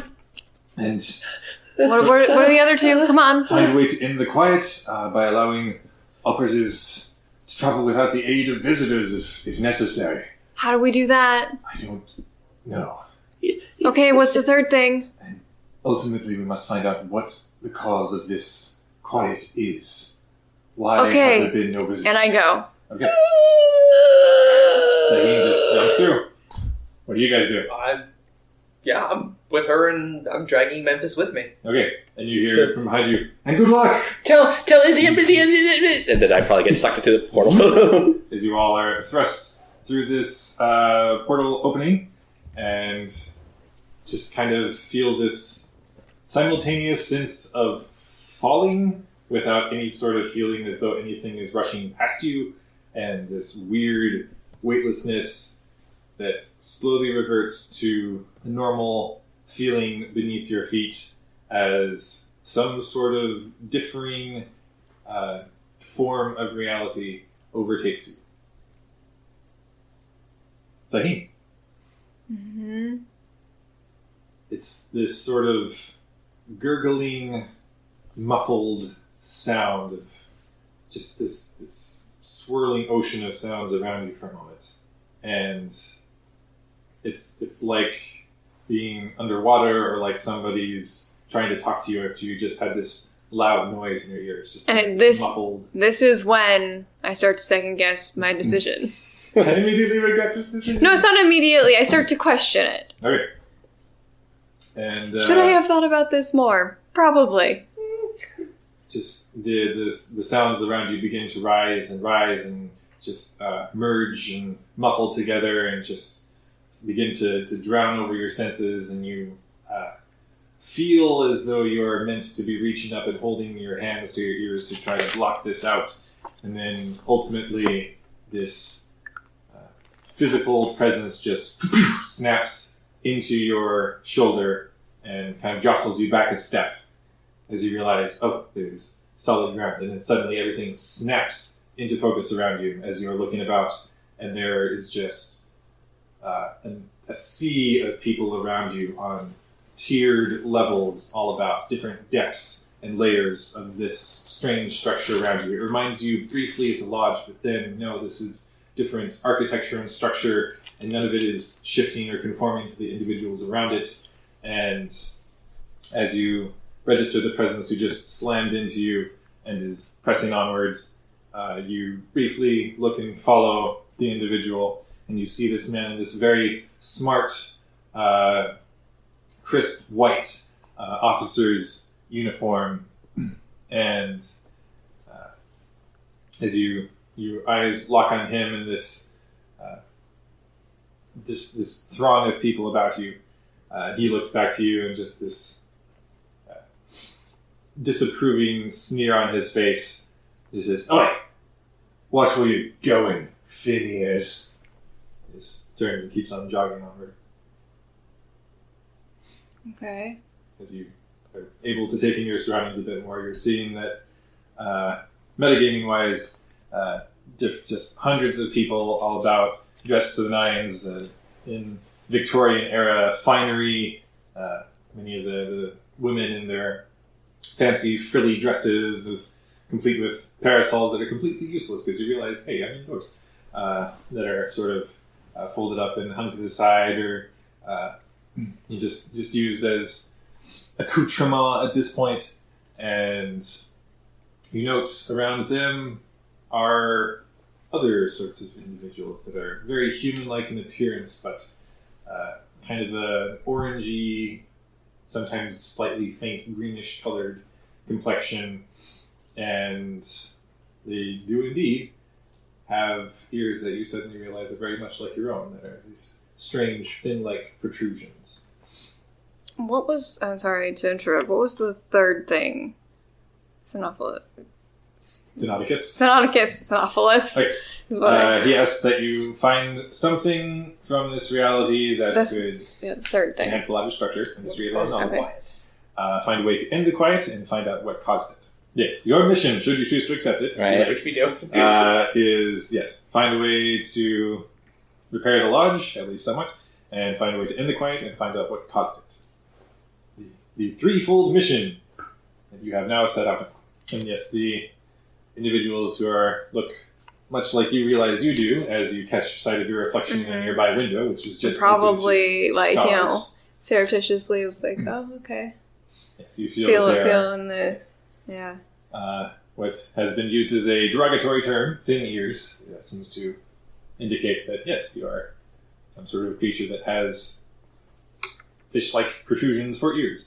And as the man continues on in his run, apparently on some incredibly important business, you see another individual making her way up towards you, and it appears to be the same species that you find that you currently are.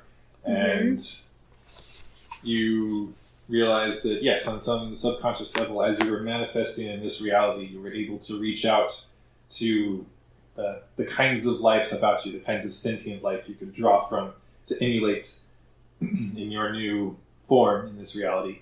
And this is what you have created for yourself, essentially. And as this fellow Martian, you realize.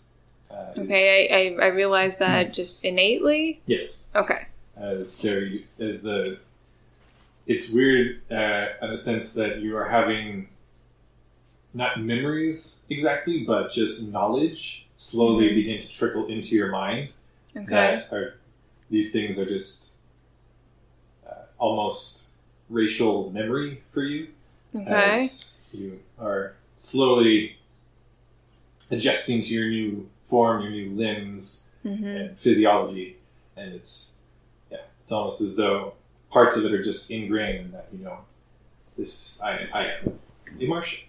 Okay. I am a canal Martian. A what? A canal Martian. Okay.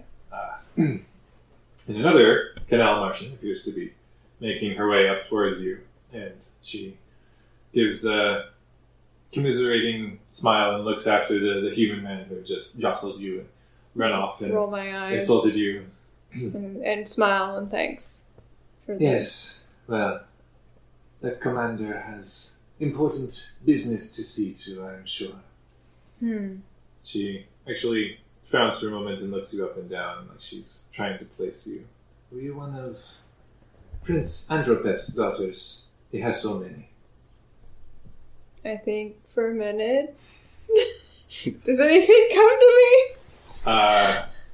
You specifically are definitely not, because you are Sahim, but if that's a reasonable cover story, you can try to go with that, or you can try to come up with something else. I think I'll just be like, that seems feasible. It's what I've been told. She frowns for a bit. Make a charm. Oh no! Princess, that sounds about Well, right. okay, so now that are we transitioning? Yes. So now we are using our Space 1889 characters as we have transitioned at this point into another realm of existence where we are using the Space 1889 rulebook and characters and setting, and furthermore, the rule system, meaning it is the Ubiquity rule system.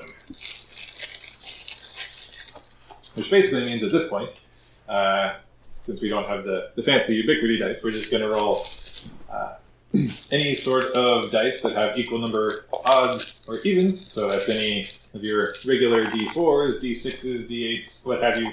And you look at your appropriate skill, which actually, yes, if we are using our space characters. So is that, What? just to clarify, since now this is the first time that I'm seeing some of these things, am I human? Yes, you are in fact a human, but we'll get there. Okay, that's fine. Just wanted to clarify, since I... It's very interesting that the Space 1889 character sheet doesn't have a spot for race. Right, yeah. Mm-hmm. You'll probably explain some of these things later, but that's fine. Okay, so I think that you gotta determine which attribute I'd be rolling under unless I have a specific skill for it, which I'm guessing I do not have a skill for this. So it'd be probably charisma? Yes. Yeah, and since... I have a charisma of 2. Yeah, so go ahead and roll 2 dice. 2 dice, okay. That's a 6 and a 1. Okay, that is 1 success. Typically, for most basic checks, you would want 2. So that is what is called a minor failure. So as you are saying to this woman, yeah, that sounds about right. And then when she asks you, so are you one of Prince Andropep's daughters? She scowls for a moment, and this hesitant smile comes to her face. I'm sorry, I did not mean to assume... which house is yours, then? Do I know any houses based on racial memory? That is not really coming to you so quickly. I'm new to this area. I'm a new princess! Okay. I thought she actually... I'm Saheen. There's a small chuckle and says, well, it is a pleasure to make your acquaintance, Sahim, I think.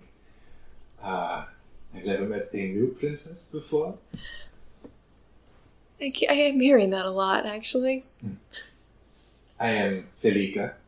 Welcome, I suppose, if you are new to this voyage.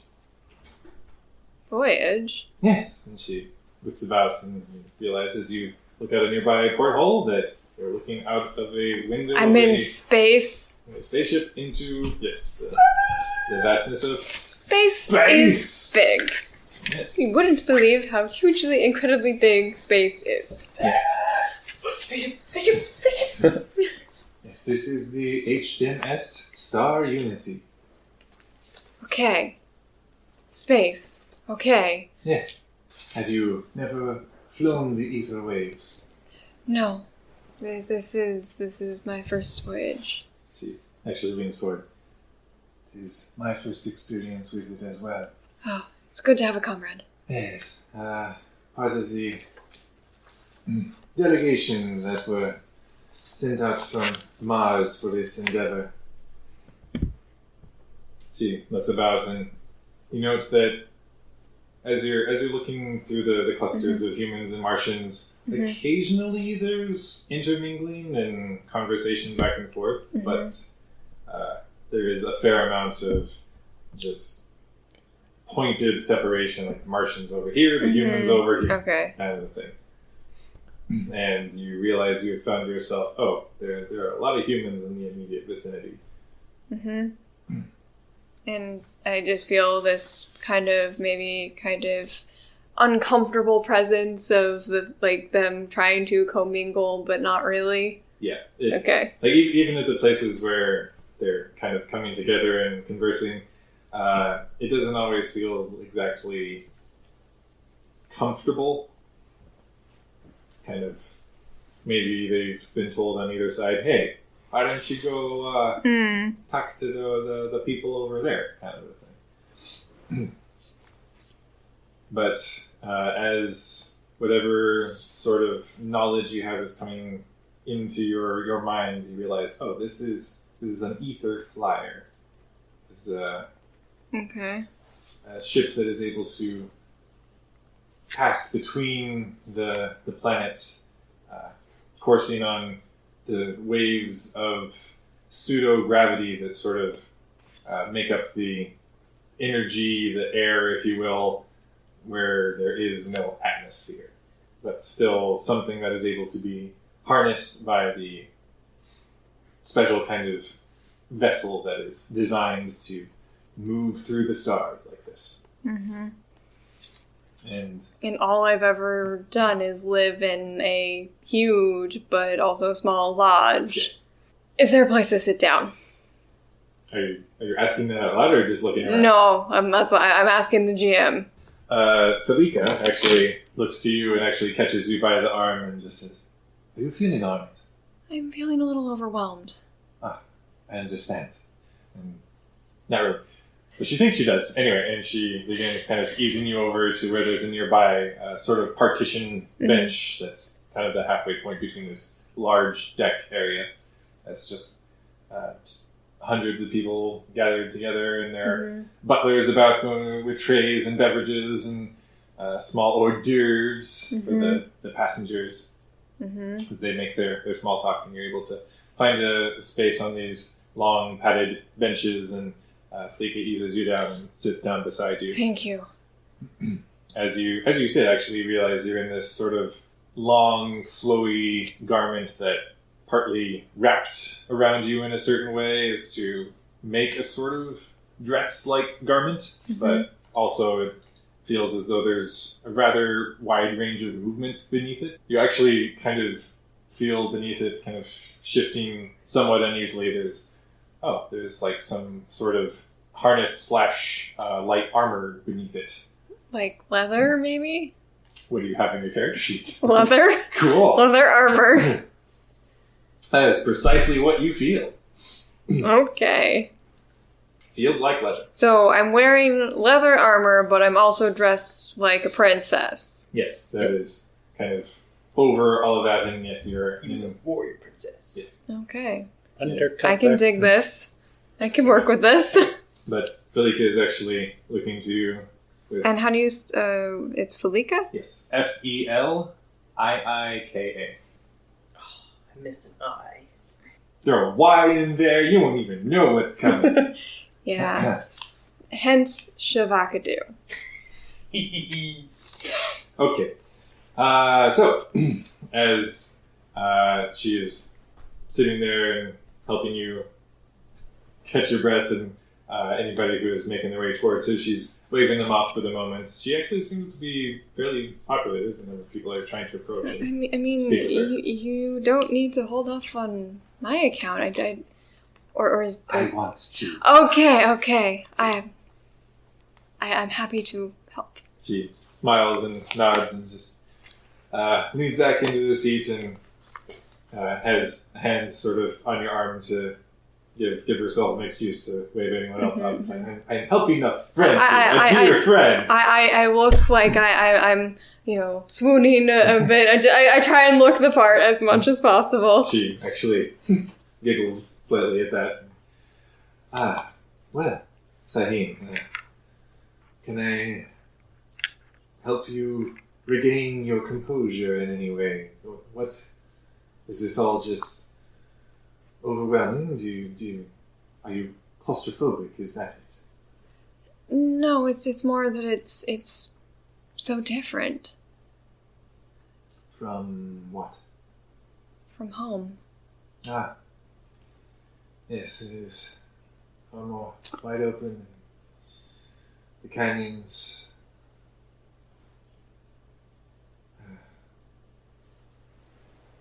Didn't ever get out of the city much myself, but when I did, I would enjoy taking rides around the countryside. Well, whatever hasn't yet been colonized by the humans. She looks around, and she doesn't say it bitterly, but just kind of this feeling of, They're kind of a pest that's taken over a lot of places. Yeah. not necessarily a terrible pest, but a pest. Yeah. Okay. It's kind of a situation of, boy, there's just so many of them, you know? Californians who moved up. Yeah. But I suppose all of this should hopefully be a step in the right direction. Yeah, and what's the goal here? Is this... I do hope that on some level this summit will help to lessen the rift that has formed between our peoples. I may not have a great love for the humans, but I do not condone the work of these ground cleansers. I look at her quizzically. If she doesn't answer my question, I'm not going to ask, because She at does. this point... She actually catches your eye out of the corner of her eye and just gives a... All right, you are a new princess. Why do I feel like that's not a good thing? Honestly, she's not saying it. Oh, She doesn't okay. really seem to care. Honestly, like... It's just nice to have somebody to talk to Yeah. that's not like insisting on a formal conversation. You're kind of getting the vibe that she probably thinks you're not really a princess, that maybe you're just like some stowaway or deckhand that decided to see what was happening on the fancy decks. And she's totally just going with Yeah. it. Okay, I'm gonna totally indulge this then. Okay. And ask all, I'm gonna just ask all the questions. I'm gonna feel free to ask all the questions now. Yes, the ground cleansers, extremists among the Canal Martians, those who seem to think that it will fix everything to slaughter as many humans as they can. Which, of course, invites all of the retaliation that Her Majesty can bring to bear. I think now that both sides have, well, honestly, forced their delegates to play nice, as the humans say. Hopefully it will bring about some sort of positive change. One can but hope. Indeed. I admit, though, I have not been entirely optimistic about all the things I have heard concerning this Duke of Collingswood. Duke of Collingswood. Yes. He is offered his plantation as a neutral site for the summit. And that is where we're headed.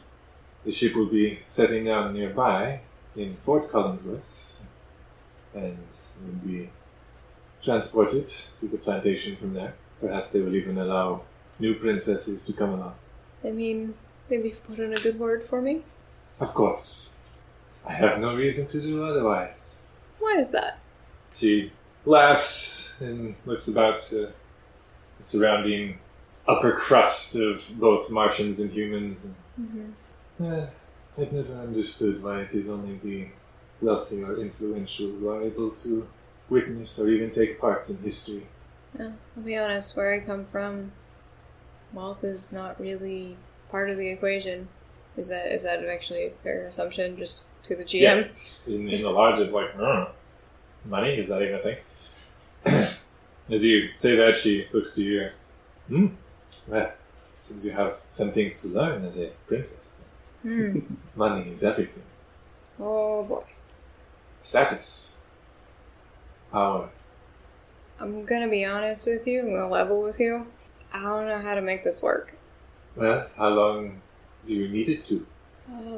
I'm not sure. She gives you a look like, okay, but laughs it off again. I'm glad to have met you, Sahin. I'm glad to have met you. Definitely made my day more interesting. Glad to help. If only I could have met you earlier on this voyage instead of on the last day. Oh, it's the last day. Oh boy. Soon we'll be reaching our destination. I'm told we'll even be able to make the final few millions of miles more quickly as we are drawing closer to the sun. The solar energies will enable us to create more steam to power our vessel. Just gonna not say anything and pretend I understand what she's saying. Just smile and nod. Smile and nod. Oh, yeah, that. Yeah. And as we're talking, I want to be looking around to see if anybody else looks as disoriented as I feel. Okay, make a perception check. Okay. Which I believe it is still perception in spice. Perception is a secondary attribute. Yes. And so I would roll my secondary attribute, and if it's 5, I roll 5 dice? Is that how this works? Okay. Yes, because that should already be calculated with your primary attribute and then ranks.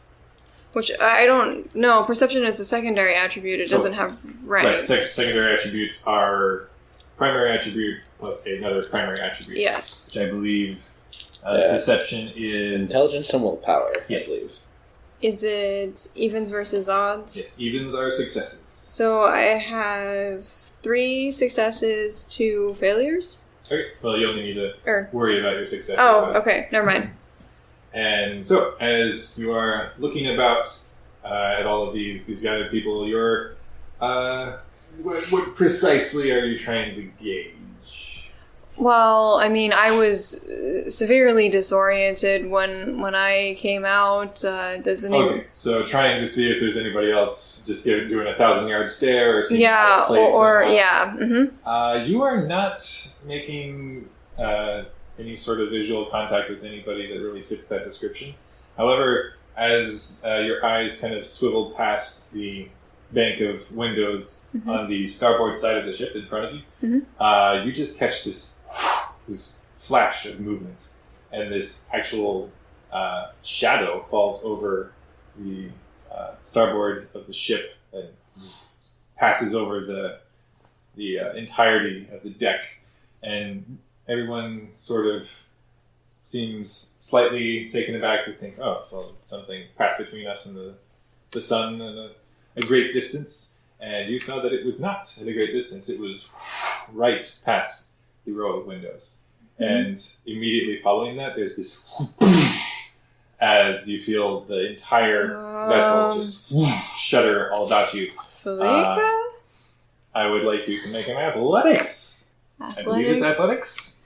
Yeah, there is an athletics skill. Yes. I have an acrobatics skill. I would allow you to do that. Okay. Since you are a dexterous individual. So I roll dice equal to my rating? Yes. Okay. This is the joy of 10 portalers, folks. Tell your friends. We are figuring out new systems, and you can learn along with us. 4 successes. All right. You not only managed to retain your sense of your surroundings and keep from being thrown to the deck, but you managed to reach out and grab hold of Felica when she was going to be just thrown off of her feet, and you hold her in place against the bench where you all were. But you look all around, and everybody, just all around, most people all about, including even just some of the strapping young men who were just completely caught off guard. In their soldiers' uniforms are just jostled about and just thrown to the deck. I'm feeling pretty good about myself right now.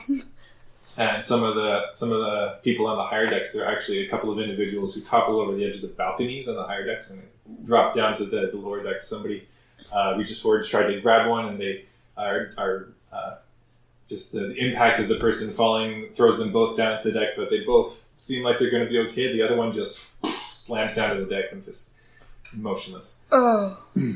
As everybody is just panicked cries and murmuring are beginning to erupt all over the place. We are going to pick up with Hideyoshi.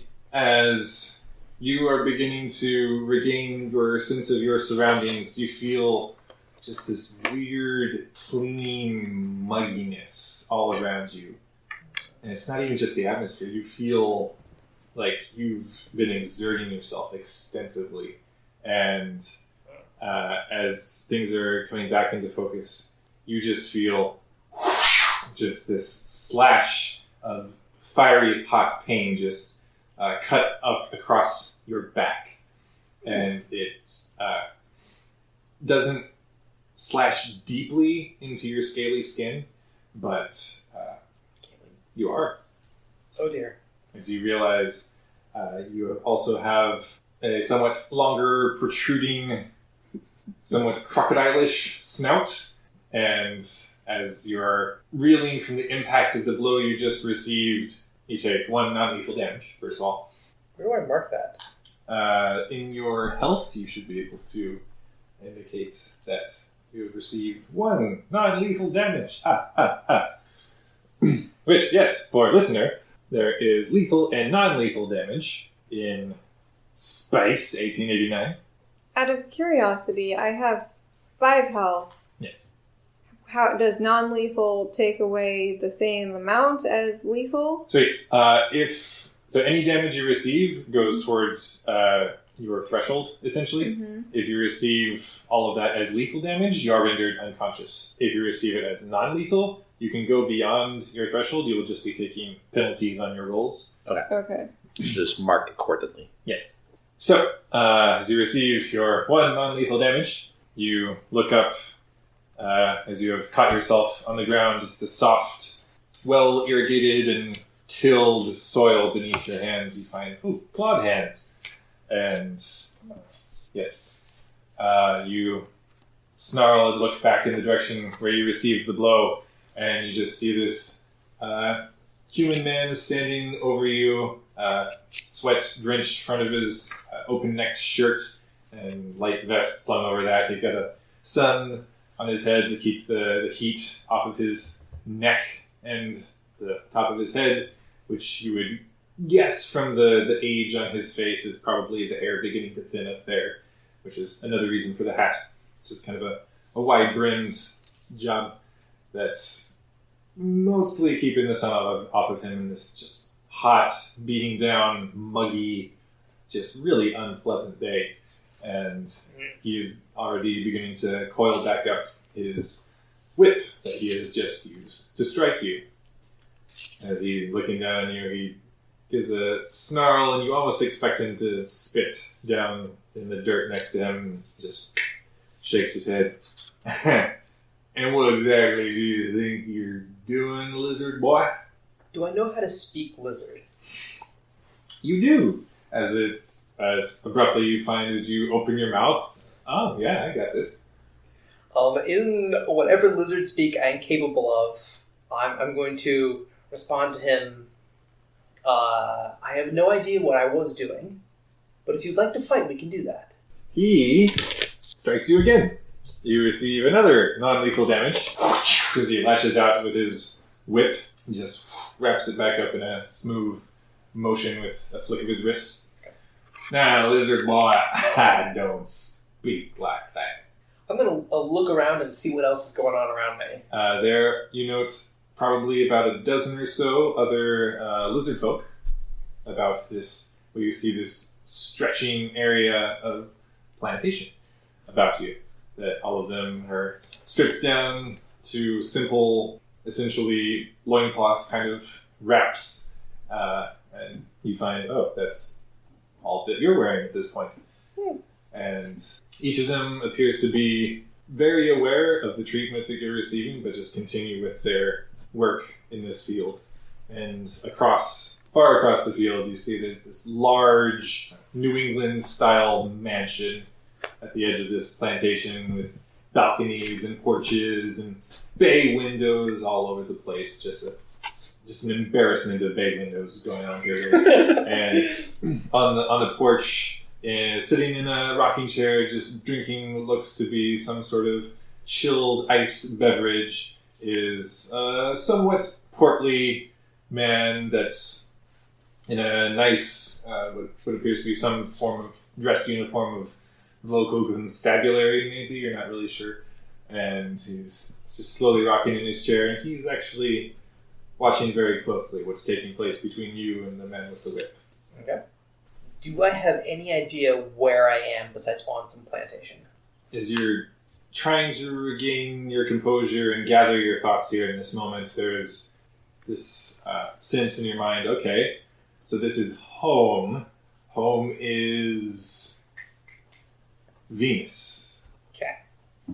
Do I, from all of my time in school, know what Venus is? It is a planet that makes up the second celestial body orbiting the sun in this solar system, where Earth is the most notorious planet from this system. Okay. Do I have on my person, in my hands, on the ground around me, any sort of farm implement that I'm assuming the other lizard people have in their hands as well? Yeah, nearby there's like a simple short-handled hoe that would require you to bend way over as you're just hacking deep into the dirt. Okay. It's rather dull and shoddy, and it's probably at least a third-hand tool that really has fallen into disrepair, but it's there. Okay. What I'm going to do is I'm just kind of like blink and like shake my head a little bit, maybe twitch, and then just kind of like wander mostly in the direction of the farm implement, and then pick it up and then start guessing at whatever it was that I was doing before. Okay. If there's a hole in the ground, I'm going to dig some more holes. If there's a line, I'm going to keep going down the line. Yes, you do see that there appears to be some sort of bevel in the dirt that appears to have been halted, and you continue on this. That appears to be right where all of these lines appear to have stopped. About halfway along the stretch of this field, you continue along the other half. The man with the whip looks at you in puzzlement for a moment, and before another lizard man comes up, quickly trots up beside you and raises his hand, does a very placating gesture to the man with the whip. Mr. Warren, it is all right. We will begin the next portion of the field, if that is agreeable to you. The man, Mr. Warren, gives a yeah, all right, I don't care if you want more work for yourselves. Another look of disgust, and just walks off and begins looking around for anybody else who might be shirking their duties. Yep. The lizard man who, beside you, just kind of falls into motion beside you, and just the rhythmic, same hoeing motion, parallel to your own. I'm going to do my best to imitate his techniques and approach and all that. When it's been a few moments and Mr. Warren appears to have made some distance between you, the other lizard man catches you out of the corner of his eye and just... I am not entirely sure what it is you think you were accomplishing there. Is this in lizard speak? Yes. In the same language, I reply, neither do I. Shakes his head. I do understand the desire every so often is overwhelming to correct their behavior. I give a teeth smile. To the grin. He gives one of his own back. You see there's a few of the pointed lizard-style teeth just gone. Not really sure if they fell out on their own or if he was struck or what happened there. But he continues the toil with you, the soil toil.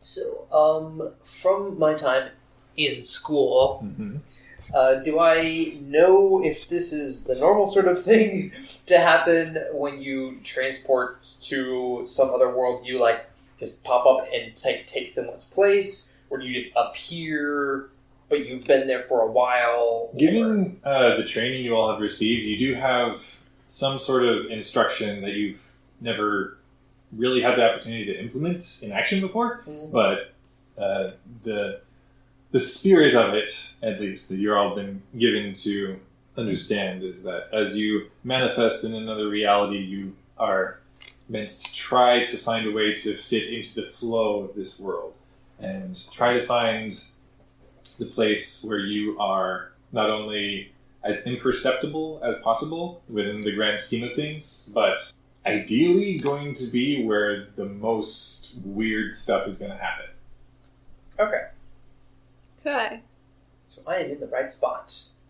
I'm just Presumably. the wrong person, apparently. Well, it could have gone better. Indeed.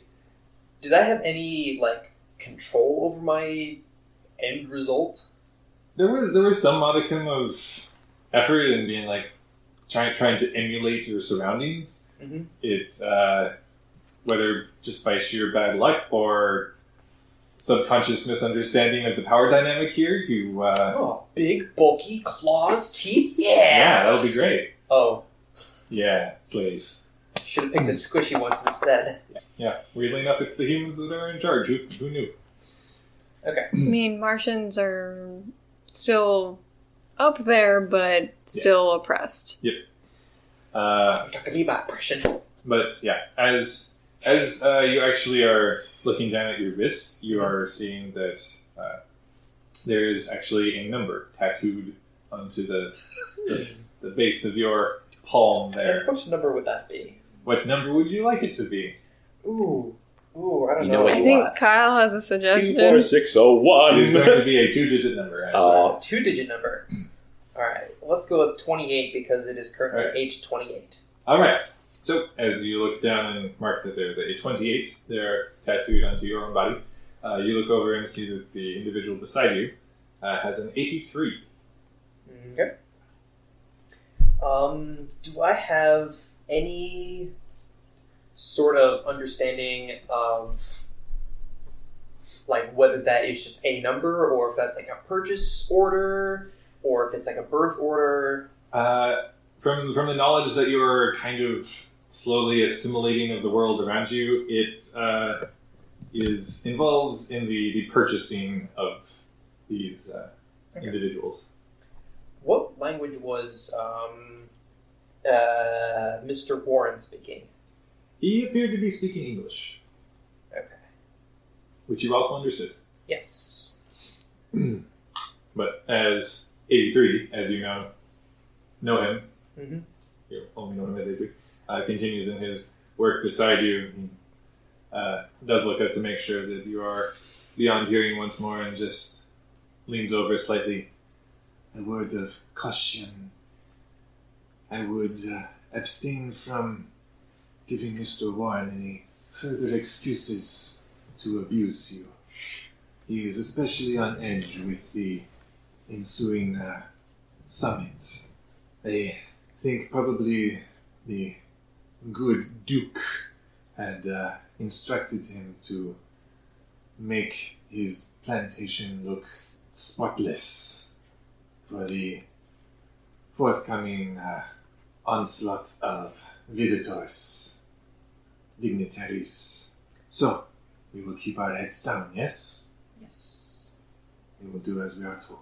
With my head down, I'm going to glance around and look for any other people in the area who are not behaving normally, like also spacing out. Sure, make a perception check. Okay, I've got a 5 in my perception, but I only have 2 numbered dice because I forgot the rest of them. So we get 3 rolls here. I got 3 success.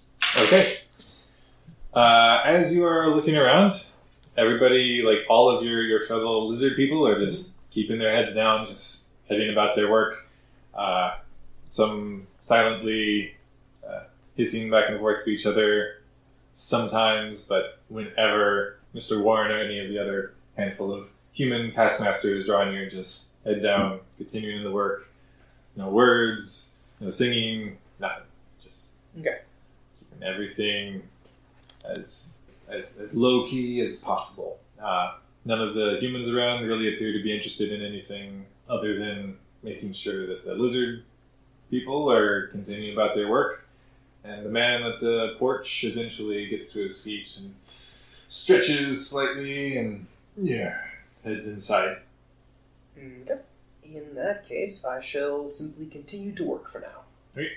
You're not really sure if you're doing a good job, but you're trying to emulate what 83 was doing, so... Digging holes in the ground, this can't be that hard. Yeah.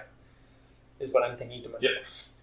Mentis! Yeah. You feel the surrounding world slowly spinning about and abruptly speed up and come into focus, and without ceremony or preamble, you just suddenly find, oh, I am standing here. I'm very warm. I am wearing so many clothes right now. As you look down, you realize you are just in this layered, intricate, pristine officer's uniform. Oh my. And look down to your hands. They are a slightly tanned pinkish hue. As you feel up, there's normal humanish hair. I think I am a human.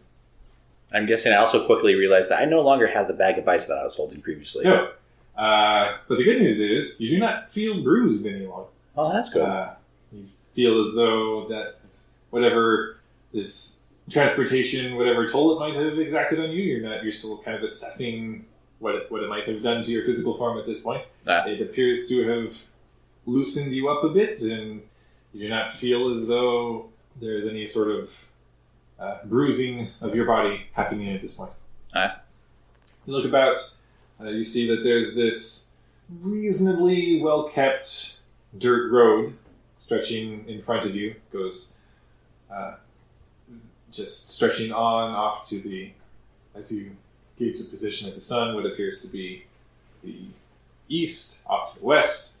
And as you look to the one side, you see off to the side in a ditch appears to be just run off the road and just been lodged there. One of the wheels, just irrevocably damaged, is what looks to be some sort of wagon. You think this was some sort of vessel for transportation? If your schooling has served you well enough, yes, this was some sort of means of travel that was either propelled by beasts of burden, sometimes by other humans or similar beings, or eventually by self-propellant of some form. This appeared to have had some sort of harness for a horse. There is no more horse? No. Any sort of horse or beast of burden is long gone. The carriage cart appears to have been run off and is just sitting there damaged. As you look about, there is no one else in sight. You can see... Oh. And as you look down off to the east, down this stretch of long dirt road, you see that there is another wagon, cart, carriage, something incoming, picking up some form of dust trails that is making its way towards you. And as it makes its approach, you see that there is a figure in front. It appears to be some sort of green, scaly, humanoid sort of creature in a nice butler-style suit, you think, is at the front of this carriage and is lightly snapping his riding crop whip, perhaps, thing over this horse, and that's not a horse. What is that?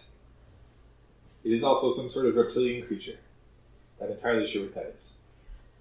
Okay. As you're absorbing any sort of knowledge this body of yours might possess, is the Pachyosaur, you think. Okay. Yeah. As it is drawing this carriage on closer to you, you see the driver very upright posture as he is making his way past, but there's what appears to be, you hear a sharp rapping from inside the carriage, and the driver pulls up the reins of the Pachyosaur, and a well-dressed human individual pokes his head out from inside the wagon. Just has this pristine garb adorned with a few medals along the lapel and nice decorative sort of pauldron with frills and all that sort of fanciness to it. Does it look anything like what I'm wearing? Or? It looks slightly different. Similar from a nearby place, you think, but slightly different. You can't quite put your finger on it until the man has finished leaning out of the window and has looked at your seeming plight here at the side of the road and speaks. You are headed to the summit at Sir Bailey's house, yeah? Does any of that ring a bell for this new body of mine? You have a vague sense that you might have heard the word Sir Bailey before. The Duke of Collingswood, you think, was his fancier title. Gotcha. Yes, actually. I was heading towards that place myself, and fortunately, I seem to have hit a roadblock of sorts. As you were speaking, your hand sort of instinctually just drifts to your side to hold. Oh, look at this! Look at this fancy saber you have slung at your side. It's the ceremonial, just festooned hilt, bejeweled beyond all reason. Just crazy ceremonial weapon you have here. And the man in the carriage nods to you. You are welcome to join my wife and I as we make our way there. I am earlocked Ernst Seidel. You will have to say that one more time, my friend. He is airlocked Ernst Seidel. Airlock event. Ernst. He is German. I can If you tell. couldn't tell. Ernst. And then what was the last name? Seidel. Cider. Airlock und cider. I am failing miserably at names. Airlocked Ernst Seidel. Airlock Ernst cider. We'll get there. I am bad with We're names gonna and have kids, to though. put some of these names Right. in a document somewhere. Yes, I will do so. Yeah. Do it, Stephen. Yes. Driver, could you I knew it wouldn't last long. retrieve this man's luggage from his carriage, please? The driver begins to get down. Hearing that I have luggage, I'm going to turn around and like, I have luggage? Nope, you don't see any sort of baggage in the carriage. And as the driver walks up next to you and is looking down at the ditch and is awkwardly trying to sidle his way down there, he's looking to you like, I don't see anything. Are you really going to make me go down there? Actually, that wouldn't be necessary. I have no luggage. Just myself. I like to travel light. Good sir, the driver says, and shambles his way back up and climbs back onto the carriage driving seat. Airlocked, Seidel, nods to you. Then you are welcome to join us in the carriage. I'll go make my way over to the carriage and hop on in. He opens the door for you and you're able to hop inside, and as the two benches of the carriage are seated, basically looking right at each other, you are now face to face with the good Erlach, and beside him is a woman. He introduces, this is my wife, Margaret, and she just kind of gives you an indifferent look and just continues fanning herself, looks out the window at the countryside, and just, without even looking, extends a hand limply towards you. I'm guessing now in my things of training and my knowledge of all this, I'm guessing that she's inclining her hand for me to kiss type of thing, right? So I'll go ahead. Internally, I'm just like, oh gosh, but I'll like, and then go down and lightly, kiss it and all that, and go back. Without even making eye contact, she just withdraws her hand and continues fanning herself. So you must tell us about your journey. We have had an interesting travel so far. As you continue on your carriage ride, he's just striking up all sorts of friendly conversation. He just seemed like this really jovial guy, and I was just happy to help out a fellow traveler. And as you continue on your way, and all of you in your own separate and in varying degrees of danger methods of travel towards the estates of the Duke of Collingswood, we will call it there for tonight. All right. I got the first. It's not a competition. It's not a It take me a competition. while to get there. Princess, officer, slave. Yeah. Oh man. Things happen. All right. Alright, so Let's we do will pick this up next time. Thanks for checking out our show. If you want to learn more about us, follow us at Tim Portlers on Twitter, or you can email us directly at tim.portlers@gmail.com.